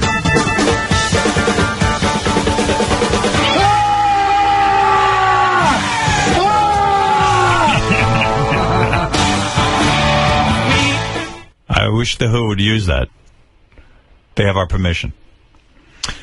Not that we own it. I love how it's like people go to these, Wolfie goes to all these conventions for us. That's pretty much his gig with us. Like, he just goes to conventions, and there's so many strange conventions in this country. It just proves how there's too many people with free time. It's because if you have a real job, there's no fucking way you could have time to go to these conventions. Like yesterday, I played you BronyCon with the steampunk convention. People are into steam. I mean, come on. And that's ridiculous. Yeah, it was ridiculous. And so Wolfie goes over to this place called OccultCon. This is where people who are into the occult. And he meets this guy, and it's just so fucking ridiculous. Everybody wants to have superpowers now. The guy's a demonologist. Demonologist. They're into demons, and everyone wants to think they have superpowers. It's the greatest. What are some signs to look for that a demon is in your presence? With a demon, you'll get a smell of shit. You'll get smells of urine. You'll get smells of decay. So do demons still have... Let me remind everyone, there's no such thing as a demon. Okay. But wait a minute. In Manhattan, we must be inundated. Yeah, smells of shit and piss. Well, but listen to this guy. He's treating it like this is like he's one of the Ghostbusters. Bowel movements, that's why they smell like shit? No, they do. They don't have bowel movements, but it's something that people don't like, and some people find disturbing and frightening. And if you're in a new house that has no plumbing problems, and all of a sudden you have this overwhelming smell of shit, something weird's going on. It's something disturbing and unsettling, and which is what they want. They want people off their guard. They want people afraid. Can a demon enter you through your anus? No. Usually it's through the solar plexus, actually. The part of the chest just below the lungs that you use to breathe. Why exactly that is, I'm not certain, but that seems to be the entry point. Let me hear a prayer of protection to defend yourself against a demon attack. In the name of Jesus Christ of Nazareth, I command you to leave and return where This is from The Exorcist, I believe. You came from. You're a demonologist by night. What's your 9-to-5 job? I work the front desk at a hotel, actually. Yeah, okay. There we go. That's what you really do. Demonologist. I mean, aren't people so messed up? Like, these conventions are scary. Yeah, you're worried about Scientologists. Yeah. We got bigger problems. Yeah, right. Demonologist. All these guys always end up living at home. I'm a demonologist. Yeah, and then like this other guy meets this other guy, and the guy's like, he's put curses on people, because he's got superpowers too. Have you ever put a curse on someone? Yes, I have. I bet you have. Well, what's so funny about that? What's funny? He's remembering all of the good times when he put curses on people. Just after he got his ass whipped. Stop them from harming me. I've had a lot of people just not understand who I am and threaten me, and I think that it's... So after they kick his ass, he goes, I'm going to put a curse on you. important for them to keep back, stay back, and I would like that. Yeah, it made me feel better. It just made me feel better. Right. By the way, Wolfie offended this guy, and now he's a salamander, so he won't be on the show anymore. They turned him into one. He cursed him. Another big night of AGT. This is my last night of pre-tape stuff. Then we go live. And then we go to the live show. Yeah. Tonight's the final Vegas night. That's where we reveal the 60 that are going to I thought Radio it was 50. City. I think they increased it, actually, because this year was so good. Oh. I think. Who knows? You think I know what's going on there? They said something last night. This is one thing I did catch. Right. They said the judges decided to do blah, blah, blah. You guys don't decide to do anything, do you? Oh, yeah, we really do. There can't be any fucking around on a... No, when they say you decided to see the acts in categories, you didn't decide that. Actually, there was discussion about it, how we wanted to see the acts, and I said, I'd rather see them all next to each other, like in the same category. So we kind of did. Oh, really? Yeah. Because that way... I thought, well, that's made up. Howard didn't. Because I'll see these singers and I go, hey, that kid's good, that kid's good. And then all of a sudden I see one that blows them away and I go, wait a second. That kid's the Should have best. seen them all together. Yeah, right. And that's how it works.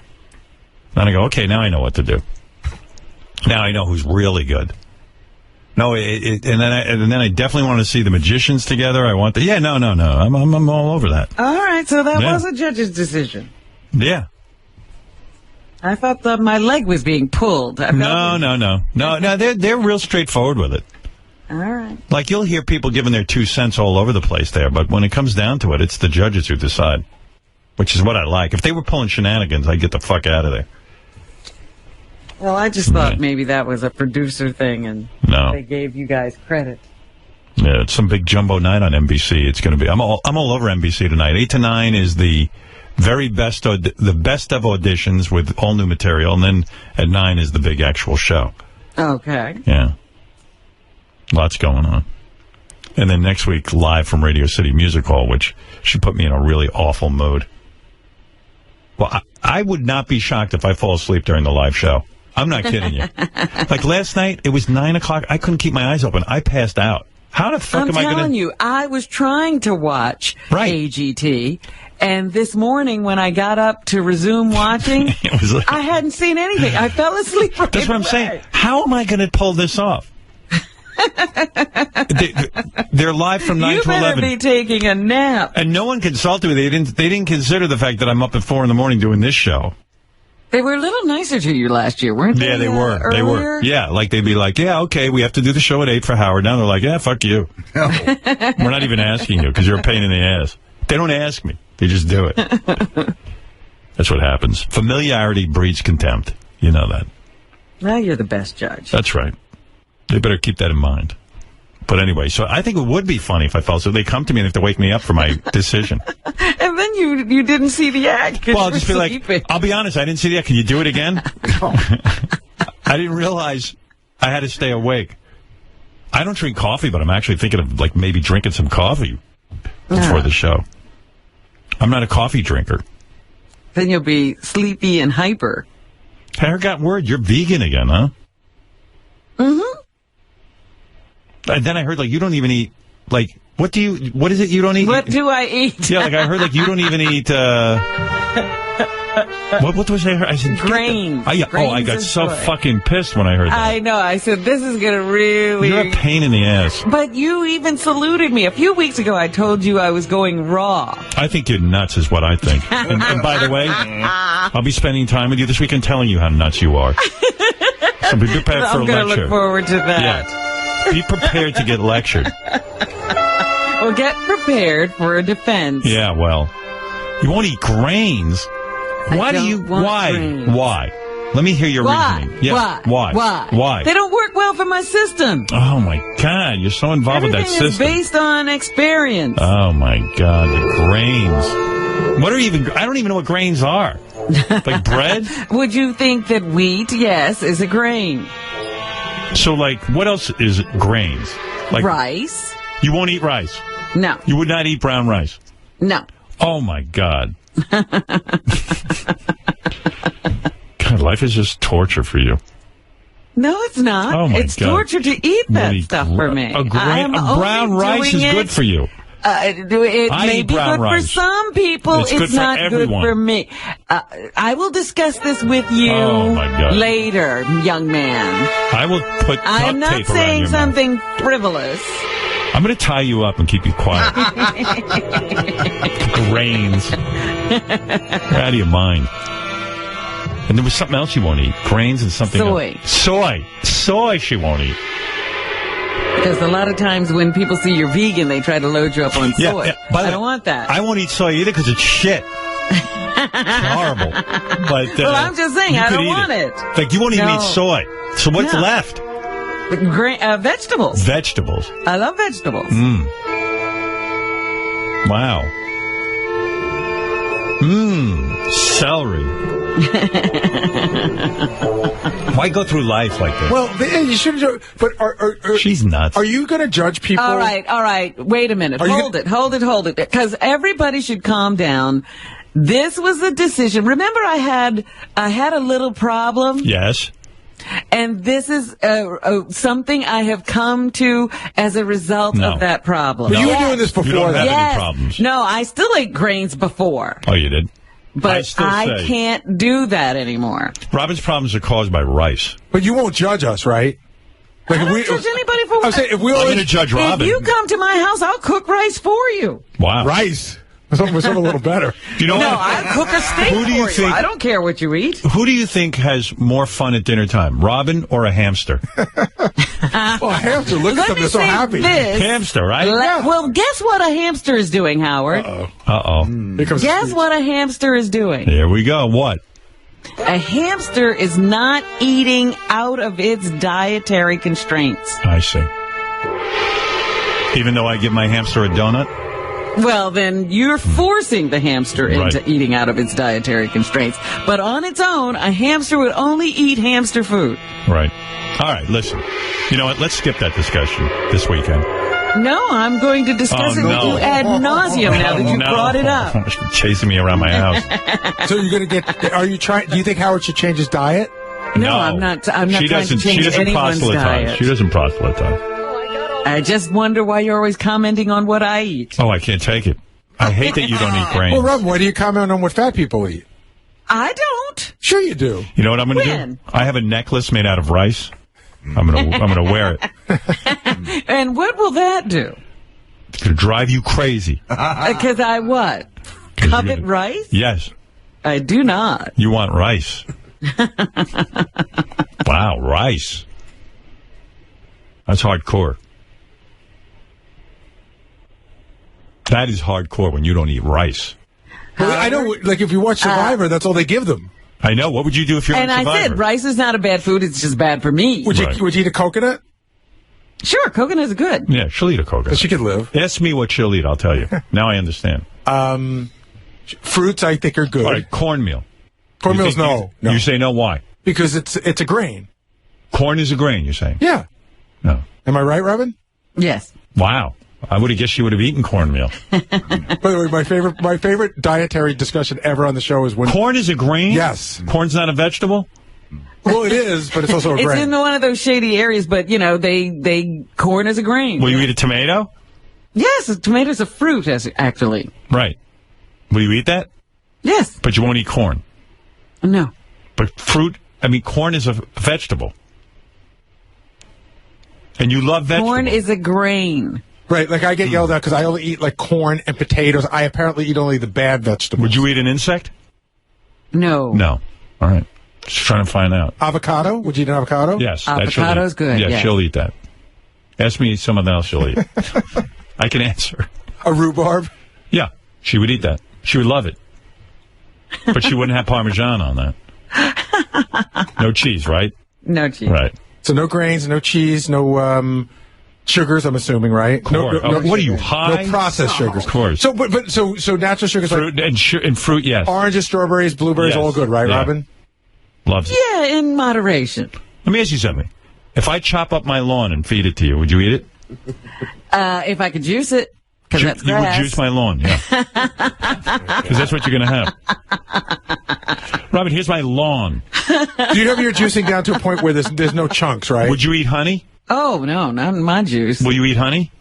No. No, that's what I thought. Too much sugar. Coffee? No. But you put that in your ass. No. Not anymore. Not anymore. Good for you. What else? I'm trying to think of no sugars, no grains. Like pizza's out of the question, right? Right. It's grains. Out of the question. Out of the question. How about if I make you a breadless pizza? Oh, no. Well, that would be vegetables. What if I but just give... no cheese. All right, so how about if I just put sauce in a pan and call it pizza? Robin, here's some pizza for you. Vegan pizza. What is that? It's a bunch of sauce. Invisible pizza. So you won't even do like a 7-grain bread, right? No. Are you out of your fucking mind? Get out of here. Are you crazy? 7 grains. I said no grains. You're giving it a 7? She'll explode. Ezekiel bread? Is that Ezekiel bread? Will you eat that? Get out of here. No, that's any a grain. bread. Get out of here. Would you eat a bread made out of zucchini? I'll eat bread, not bread. Yes. Right. Zucchini bread without the bread. Well, do they make a bread that's like, do they make like a tofu bread? Or do they make something like that? I don't use soy. Right. Yeah. It's tricky. So when you go to, Robin, if you go to a regular restaurant, do you just mostly order a salad? I look at the people, yes. No, but what do you eat? She I doesn't. eat salad, sure. And, like, if you went downstairs... They usually have sides as I'll have vegetables. lettuce. If you go downstairs to Del Frisco's, right? It's a big steakhouse and everything. So what would you order, Robin? I'll tell you what They have spinach. Yeah. They have, she would order, like, a vegetable. They have salad. What about shrimp? Will you order shrimp? No. She's a vegan. Oh, come on. Are you out of your mind? The shrimp is alive at some point? No. She's a vegan. Shrimp. All right, Robin, what's in the news? Yes, besides... What's your stance on mustard? Mustard is sort of okay. It's okay. Sort of okay. But what am I putting it on? I don't eat sandwiches. Put it on celery. Enjoy it. Wow. All right, good for you, Robin. Proud of you. Yeah, and no beans, please. No beans? You wouldn't eat people lentils? Try to find these what about lentils? Substitutes for protein in a vegan diet. Sure. No, I just want vegetables. You won't eat lentils? No. Oh, my God.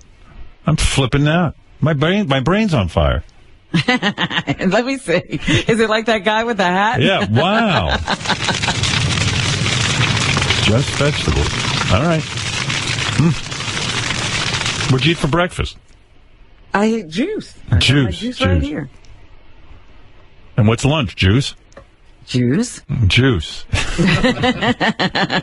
Wow.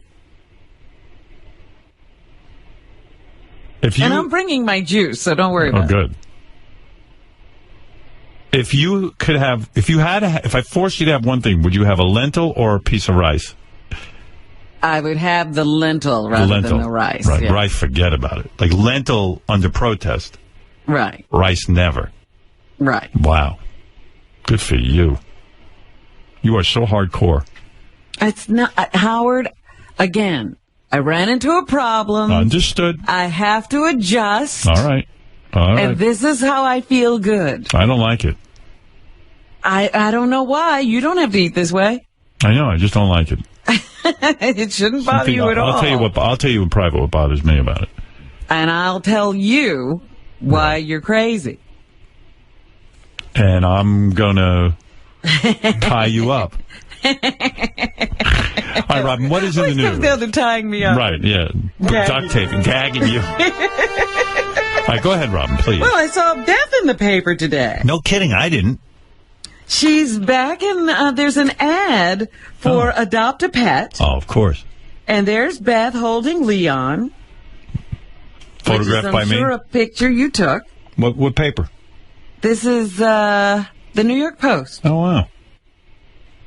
North Shore Animal League America has over 300 unique mixed breed, purebred puppies, kittens, dogs, and cats. Adopt a Pet, and it's going to be, they're just advertising that they're open daily for adoptions, and they're having some off-site adoption. Well, forget that. Don't forget that, but we have our own kittens that we raise, and we're actually... You're adopting out. Adopting out, yeah. They're available for adoption. So I just thought that was interesting that she's in the paper today. I was surprised when I saw There you go. Hey, Chris. Hey, now. Hey, now. How you doing, guys? What's up? Hey, I must say, yesterday, Whitney was amazing on the amazing interview. She let it all out, didn't she? She really did.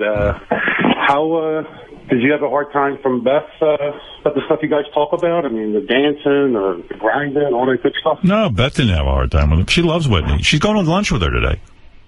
Oh, really? Yeah. Hey, man, AGT, you're doing amazing, man. Really love it. Thanks, thanks. I wonder if there's any possible way me and my wife could come see the live show. We'd love to come. I'll put you on hold. Let's see if Gary can help you out. Hold on. All right, man. Thanks, man. Gary, help out Chris on line 8. Go ahead, Rob, please. Well, I wanted to ask you about an article that's in the paper, in the Daily News today, about dog-on-dog violence. Dog-on-dog violence? Yes, you know how dogs Yeah, they can get that way, This woman lost her prized Pomeranian to a dog attack. And she said there's no recourse when, dogs attack other dogs. Like the owners aren't held responsible and there's no recourse. You can file a civil lawsuit if you feel that, that owner didn't, handle their dog properly or do anything to intervene. No, they probably eat rice. But they say that those cases are very hard to prosecute and lawyers are reluctant to take them on. So this woman who lost her dog, Lauren Schneider, is trying to get Arlo's law passed, which would make the dog owner responsible for the dog's behavior. Yeah, I mean, a lot of people know their dogs are sort of vicious or they react weird to stuff, and then they don't put like a little muzzle on them or something, or walk them with a leash. Mm-hmm. But I don't know. Sometimes shit just goes down. I don't know what the answer is to that. Don't have a Solomon-like most determination? Well, most people should know if their dog reacts well with other animals and stuff.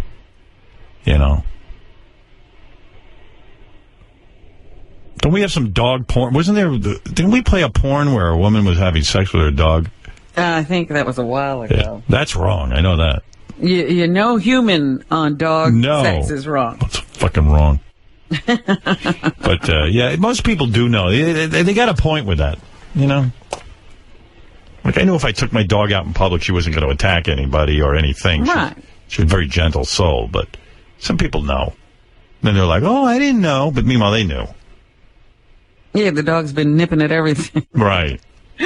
But this time they just got caught. Mm-hmm. Meanwhile, do you ever want to be promoted to second in command of Al-Qaeda? No, because they will kill you. That's right. So the second in command of Al-Qaeda in the Arabian Peninsula is now dead. We always get the second in command. It's hard to get the first. We can't get the first. I know. It's always the second guy. You don't want to be that guy. Yeah. The confirmation came earlier today in the form of a video statement posted online by the terror group. Saeed al-Shari was killed in a U.S.-led drone strike in Yemen. The statement did not say when the strike occurred. Al-Shari had been freed by the U.S. from Guantanamo Bay, Cuba. I love our military. You got to see that movie, Strike Force. Is that the one that has the real Navy SEALs in it? Is it Strike Force or Active? Strike Force Active is Duty. Active Valor. Active Valor is the movie I've watched twice already. So good. Yeah. And they go in there and they get everybody. So cool, United States military. I wish I was half a man. I'd join. But that is a movie. Yeah, but come on. Especially when that dude jumps on the grenade. Oh, boy. I mean, it's fucking awesome. You want to jump on a grenade? No, I don't want to do that. I'm saying how awesome those guys are. They do that stuff. It's just awesome. But you say you want to be like them. It's just real men. I want to be a Navy SEAL. And not get killed, of course. I want to live to and talk not have about to jump on a grenade. Yeah. Because that can't work out well for you. I just want to be tough. Even if you're a Navy SEAL, that's... I love these guys. In one scene, they're jumping out of a plane. Next scene, they're in a submarine coming out of there. Then they take a whole bunch of cool guns and they go over and kill Al-Qaeda dudes. And all kinds of terrorists. And they do it all day. This is their job. They don't even eat. They don't take breaks. And no grains. Break time. Break. It just makes you appreciate the United States military. Keeping us safe. Love them. Love those I'm guys. beginning to think, however, that thank you for your service is getting a little trite. I know. I got to come up with something new, especially on AGT. Whenever there's a military guy, I really do want to thank them for their service, but everybody thanks them for their service. Right, and they say it just that way. Yeah, It's just getting a little trite. The sentence is, first of all, I want to thank you for your service. But I really do. What if I just blow these guys? But there's a, come on. Instead of thanking them, Heidi and Mel B should blow them. They don't want a blowjob from me.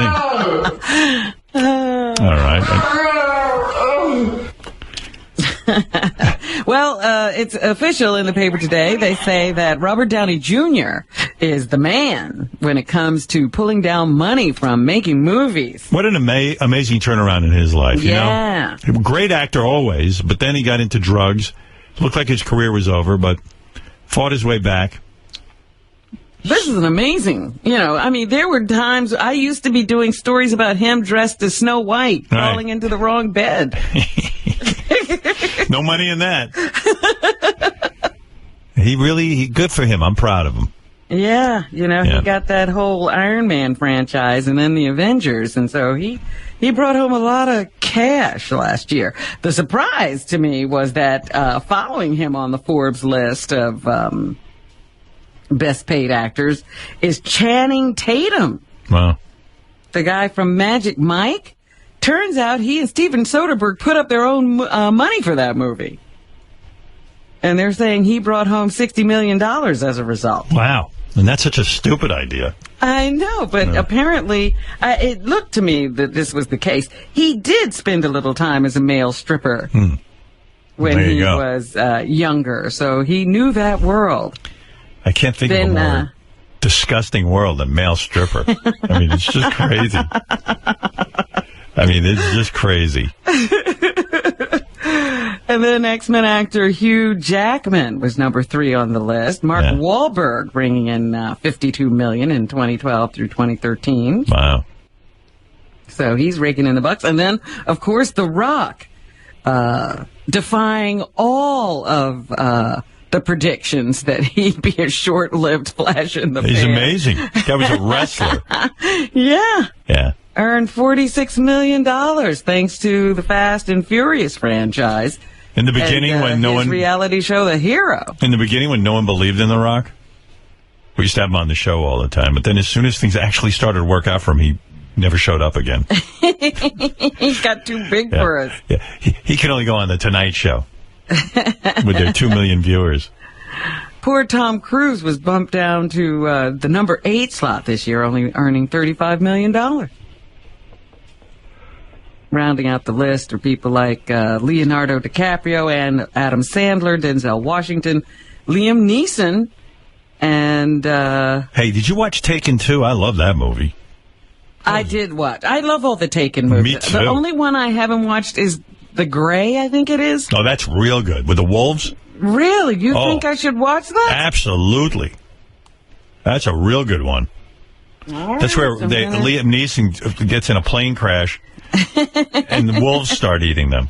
That's the whole movie, and it's so fucking good. That's almost as crazy as Sharknado. No. This makes more sense. Sharknado, the tornado lifts all the sharks out of the ocean, and they land on people. I told you. That Sharknado almost wasn't made because they couldn't find any sharks to work with Ian Ziering and Tara Reid. They had to search the planet. Well, speaking of sharks... Right. There was another crazy shark attack. This time, a teenage girl was chomped in half. It was like a Jaws scene in the water. I never go in the ocean. As she snorkeled 15 feet from the shore in Reunion, a French island in the Indian Ocean. Yeah, that's snorkeling. You look like a big giant seal when you're in the water. I don't snorkel. I don't do anything in the ocean. You've I just never look at snorkeled? It. I have in the past. I won't now. Oh, really? Oh, no, ma'am. I'm going to snorkel in my bathtub. Snorkel. First of all, you want to be a real man, get a fucking tank of air. And go diving. Exactly. Huh? Snorkel. You look like a douche. Oh, my goodness. The that little pipe coming out of the fucking... a mask and the flippers. Yep. It's ridiculous. And what do you think you're going to see? You just go to a fish tank. You'll see the same stupid fish. I had a But fish you're tank. seeing them in their natural habitat. Yeah, big deal. It's like going to see a butterfly in its natural habitat. Who cares? She was actually swimming in an area that was prohibited. Swimming was prohibited because of shark activity. You know what? Where a fish's natural habitat is? On my plate for dinner. At John George. Not really. Yeah, in my belly. The girl's friend, who had only just gotten out of the water, could only watch as the victim's body, part of the victim's body, was carried away. Oh, my God. By the shark. That is just awful. And there's no worse way to die than to be fucking eaten by something. I just don't want to go out that way. Oh, yeah, him? A shark ate him. Yeah, and look at the reaction. People laugh. Like you can't even have a decent funeral. A shark ate him? Yeah, we have his hand. It's a closed casket. All right. It's a closed casket. It's embarrassing. We only have his hand and a foot. Shark took everything else away. And shark shit him out. I don't want that. I'm sorry. That's why Sharknado is such a wonderful movie. We gotta get a copy of that movie. Oh, we should have been Sharknado. screening. Do any of the shark, like what happened? Does Ian Ziering get eaten by a shark? I have, well, he's the star. You can't eat the star. That'd be cool. Who they get eaten in that movie? How'd you get anybody to star in that movie? Starring Ian Ziering and Tara Reid. Sharknado. They just barely, got credit above the shark. Did you watch it, JD?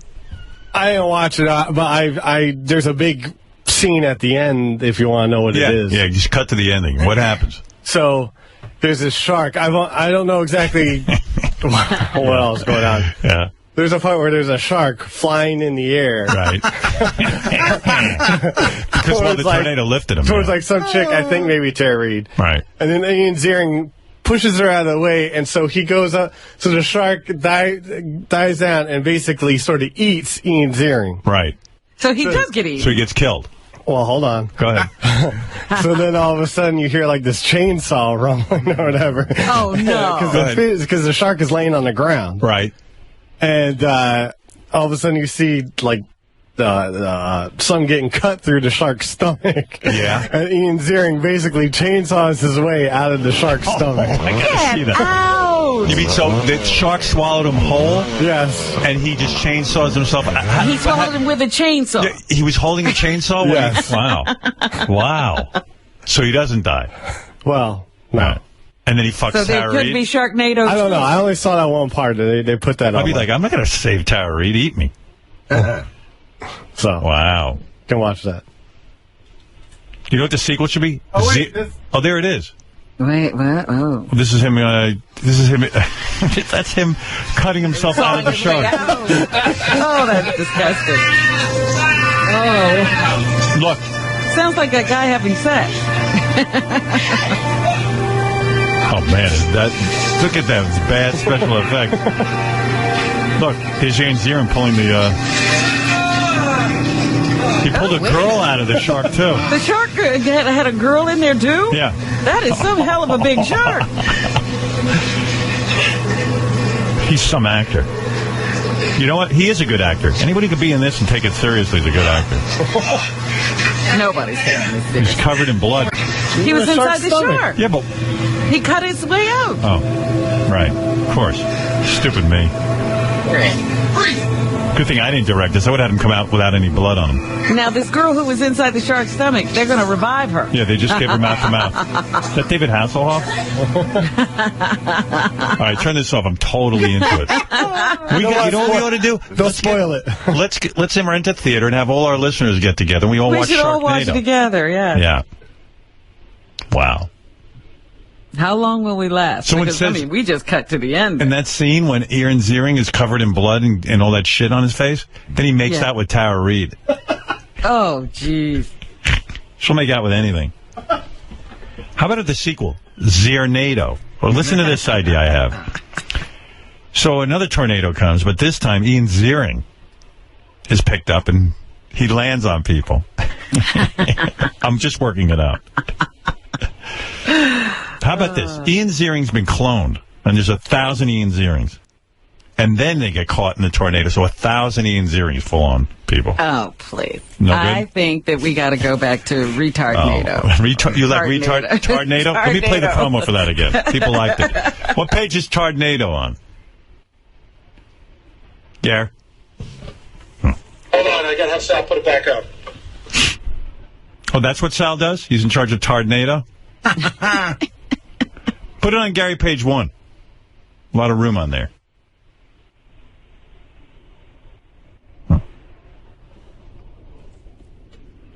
I could play that while we're waiting. I could play that guy coming and I'm living on a prayer.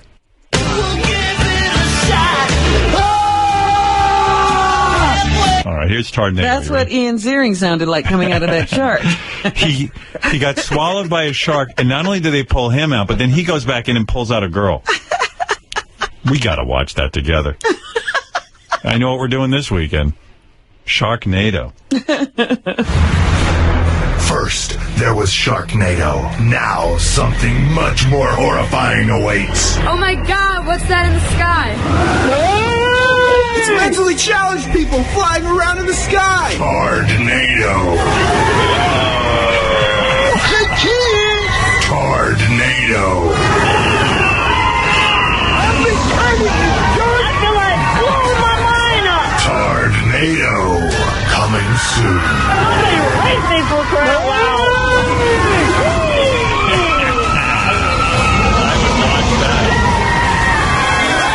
Tardnado. I got to make that movie. I want everyone on Howard TV giving overtime, and I'm gonna direct Tardnado. Wendy will swallow you, and then you'll cut your way. Cut yourself out of Wow. Robin, back to you. Thank you, Howard. There's a new show on Showtime that's breaking records and has already been given the nod for a second season. It's called Ray Donovan, starring Liev Schreiber. Yeah, is it Schreiber or Shriver? Schreiber. Schreiber. Everyone's telling me to watch that. I got to check it out. It's a great show, Howard. I've been sucked in. Yeah, 3 episodes, and I can't stop watching it. So, is there a tornado in that show? And no tornadoes well, and no sharks. No sharks? I'm not that interested. Now everything has to have a shark in it. It used to be a superhero. Sharknado. Who wrote that? Nobody. Right. You mean they just had a camera and they were fucking around? That's right. Nobody wrote it. No one will take credit. How about Spider-Man versus Sharknado? All right, between Batman and Sharknado, who wins? Well, if Ian Ziering could beat up Sharknado, then I think Batman could beat up Sharknado. He chainsaws. He got swallowed whole with a chainsaw. And then he pulled a girl out, too. Still fought his way out. And the girl was whole. Like nothing Yeah, happened. no bite marks or anything. Nothing.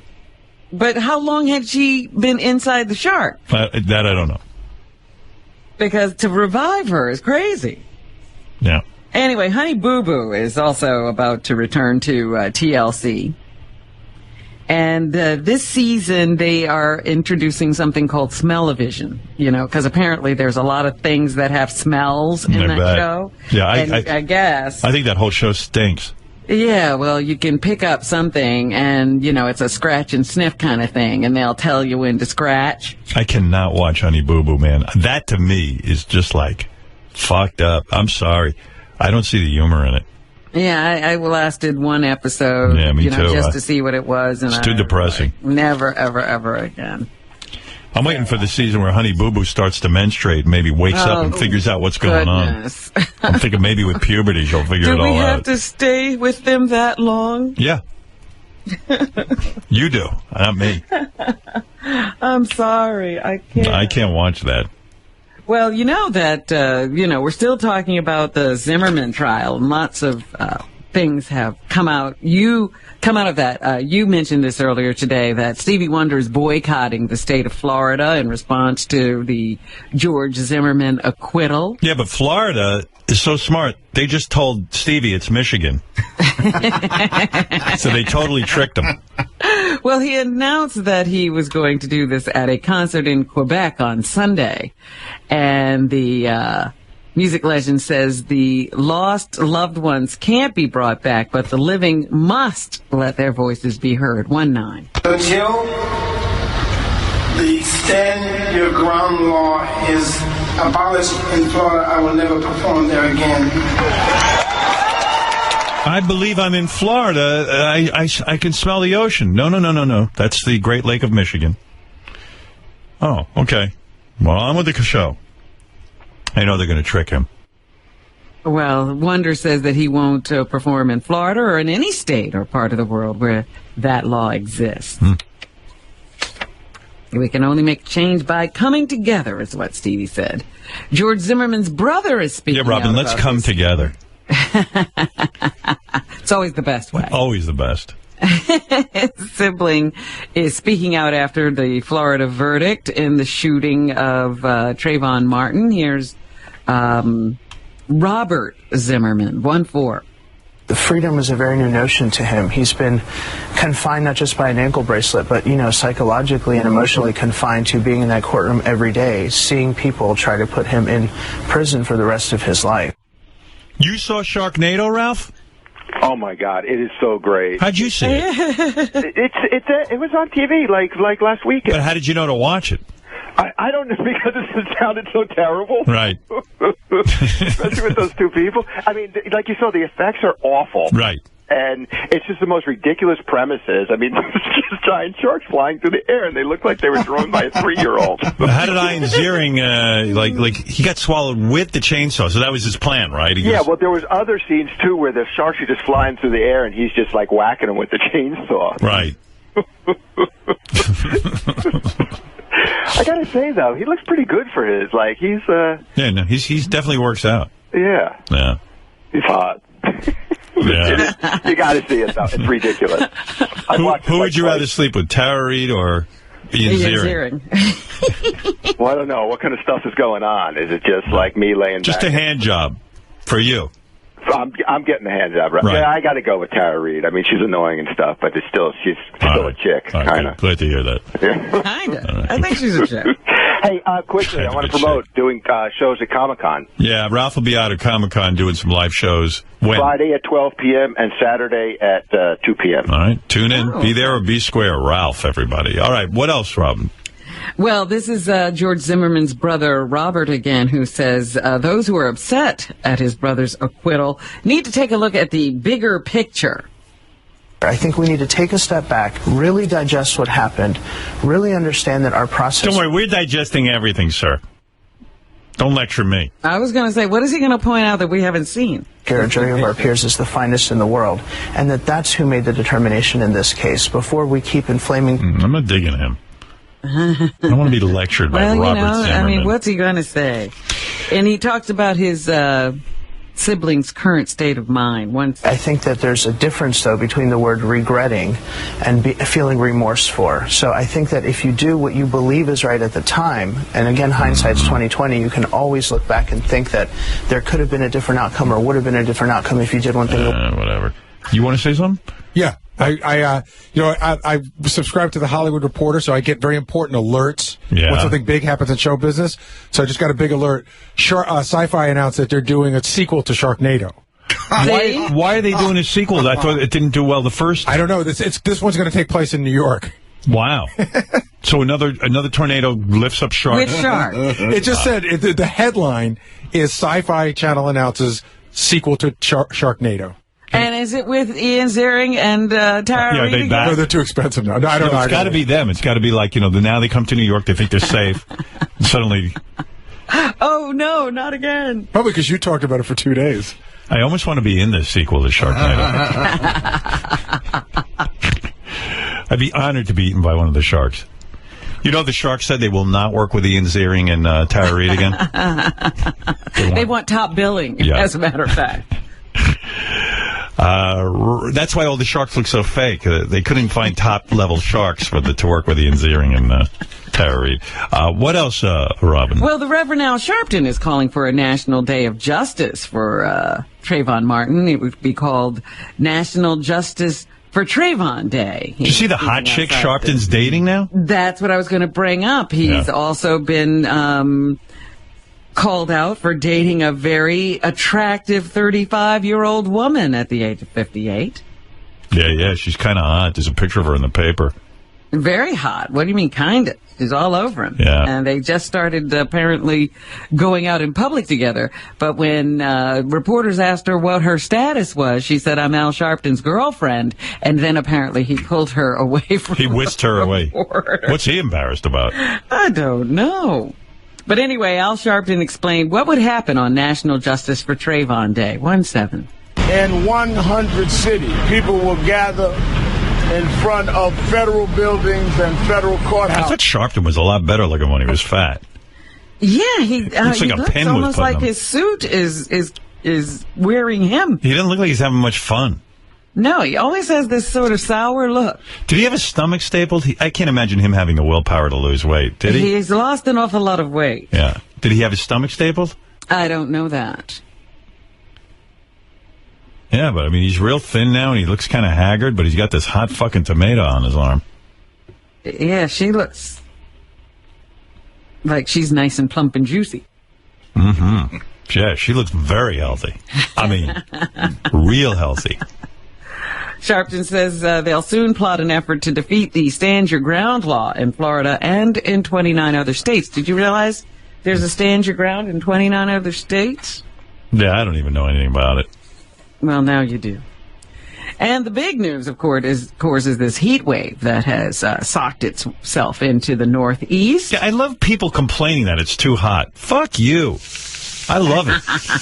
I mean, all winter, we're freezing our balls off. Can't wait for summer, can't wait for summer. Here it is. Rejoice. Well, there are some people who are suffering, Howard. Who? Well, Old where people? they don't have air conditioning. Who doesn't have air conditioning, Robin? Why don't they get in their limos and go to a hotel? Yeah, I guess if you don't have air conditioning, it could be a bit much, but that would be bad. My mother never puts on her air conditioning. Well, has she got it on now? No. We don't like air conditioning. We open the window. But doesn't it get real hot, Mom? I don't care. But didn't she kept you from coming to the house because she didn't have air conditioning. Yeah. I was going to go visit her the other day, and she said, I don't have the air conditioning, and they're cleaning the house. Don't come. All right. I'll stay away. Oh, my. Yeah. Well, the summer heat can be trouble for your heart, Howard. Dr. David Frid at the Cleveland Clinic says your heart has to step it up when your body is trying to cool down. 1-1. Your body needs to get rid of excess heat. And the way it does that is by dilating peripherally. So the blood vessels open peripherally in the outside. That sounds healthy. And to be able to get the blood around there, your heart works harder. Good. It's a good workout. What's complaining? Well, if your heart is in good shape, you'll be able to handle it. But if not, here's Dr. Frid telling us to take these precautions. 1-2. Dr. Frid? Yes. Let's start calling Frid. You don't want to be out in the hot weather without taking into consideration things like dehydration, how much time you're spending out in the sun. Drink some water. People have to be reminded to drink water. Well, did you see one of the interns for, I think, Quinn, the woman who's running for mayor, fainted while they were on the campaign trail yesterday, and it took them 30 minutes to get an ambulance to her? Well, I love the heat, despite this negativity. Well, the doctor also says, get in the shade, drink water, and work to get your core body temperature down. All right. Well, I'll do all that. More than 250 dead stingrays cover a beach in Mexico, and authorities have no idea how they got there. Stingray-nado. Tourists and residents reported the dead rays yesterday on the beach in the state of Veracruz on the Gulf of Mexico. Some people told police they saw fishermen dumping the rays on the beach. There's speculation the rays were dumped because fishermen can't get a good price for them. Another claim is that they were butchered for the chopped stingray wings served as snacks in Veracruz restaurants. Did you know that stingray wings are a little delicacy in Veracruz. Hey, police have. I don't eat rice, so what do I know? Police have also gotten reports that the dead rays were washed on shore by the waves at sunrise. There is an investigation underway. All right. The editors of Rolling Stone magazine are being criticized for their decision to feature Boston bombing suspect Johar Tsarnaev on the cover of their August 3rd issue. Yeah, it took me by surprise. I was surprised they did that. I don't like seeing that Boston bomber kid getting any kind of attention. What is the purpose of the article? Are we learning more about the bomber? Is it a profile? It's just a Rolling Stone, such a great magazine, and it makes the kid look like he's a rock star. And you don't want to encourage any of these nut jobs. I certainly don't want to know the ins and outs and what made him who he is. Yeah, I could care less. People are commenting on Facebook and elsewhere. Yeah, I mean, if I had my legs blown off by that kid, I certainly don't want to see him honored by being on the cover of Rolling Stone. I really don't. One commenter said it's a slap in the face of the great city of Boston, while another accused the magazine of glamorizing terrorism. The picture featured on the cover is one of Tsarnaev that was posted on the internet and was later used by several other publications and news outlets. Tsarnaev pled not guilty last week to 30 federal charges, including one of a weapon of mass destruction. So... Anything else? Yes. The oldest daughter of former Vice President Dick Cheney is eyeing a seat in the U.S. Senate. Liz Cheney has announced she will run against three-term incumbent and fellow Republican Wyoming Senator Mike Enzi next year. The 46-year-old Cheney has put together a web video announcing her decision to run for the seat, where she criticizes President Obama and calls the federal government too large. All right. She just thinks that they need new blood. That's the new call. It's just like Sarah Palin's, where we need new blood. New blood. Ugh, I hate that They're word. in the same party, but she thinks that the incumbent has been there too long. Mm-hmm. A new study claims the effects of air pollution are responsible for more than 2 million deaths annually. Both fine particulate matter and human-caused increases in ozone pollution are being blamed. East Asia is the worst affected area, with an estimated 1 million people that die prematurely each year. I know. In North America, what? A doctor came in and told me that Gary's breath is killing me, and that there's too much pollution in the air here. In North America, there was an average of 43,000 deaths from fine particulates and just over 34,000 related to ozone. Fine particulate matter is things like dust, smoke, and soot, and it's dangerous because it can become lodged deep in the lungs and lead to respiratory disease and cancer. This study was published in the Journal of Environmental Research Letters, so now even breathing dangerous, dangerous. Yes. So I don't know what we're supposed to do now. And one might think that texting helps to make thumb muscles stronger, but that's not the case. Kristen Crow, an occupational therapist and hand specialist with the Michigan William Beaumont Hospital, says texting injuries are similar to sports injuries. 111. Yeah, I don't text. I just talk into it. I use that little thing. You hit the microphone and then you just talk. And it writes your text for you? Yeah, I love it. Works pretty well. A lot of people are texting and using their phones and the iPads. A lot of it is repetitive use, so it's just kind of the same old issue of overuse syndrome. Right. So people are overusing their thumbs. Crow says, just like other injuries, you can ice your thumbs, and there are some exercises you can do as well. 112. Stretching would be a good thing. Bending the... yeah, I'm going to stretch my thumb. I'm working out my thumb. Yeah, oh, my God. So then you know you're a fuck-up. Wrist backwards and stretching out the fingers, because the fingers are flexing all the time when you're holding on. Texting that much, you're mental. She says the best thing to do is to lay off. Just take a break for a while. Yeah, I'm on doctor's orders not to text. All right. And that's what's happening. Thanks, Robin. For Sal Governale information, go to horsetoothjackass.com. To book Richard Christie, go to richardchristie.com. Get Benji's song Online Sweetheart on iTunes or go to beautifulgaymusic.com.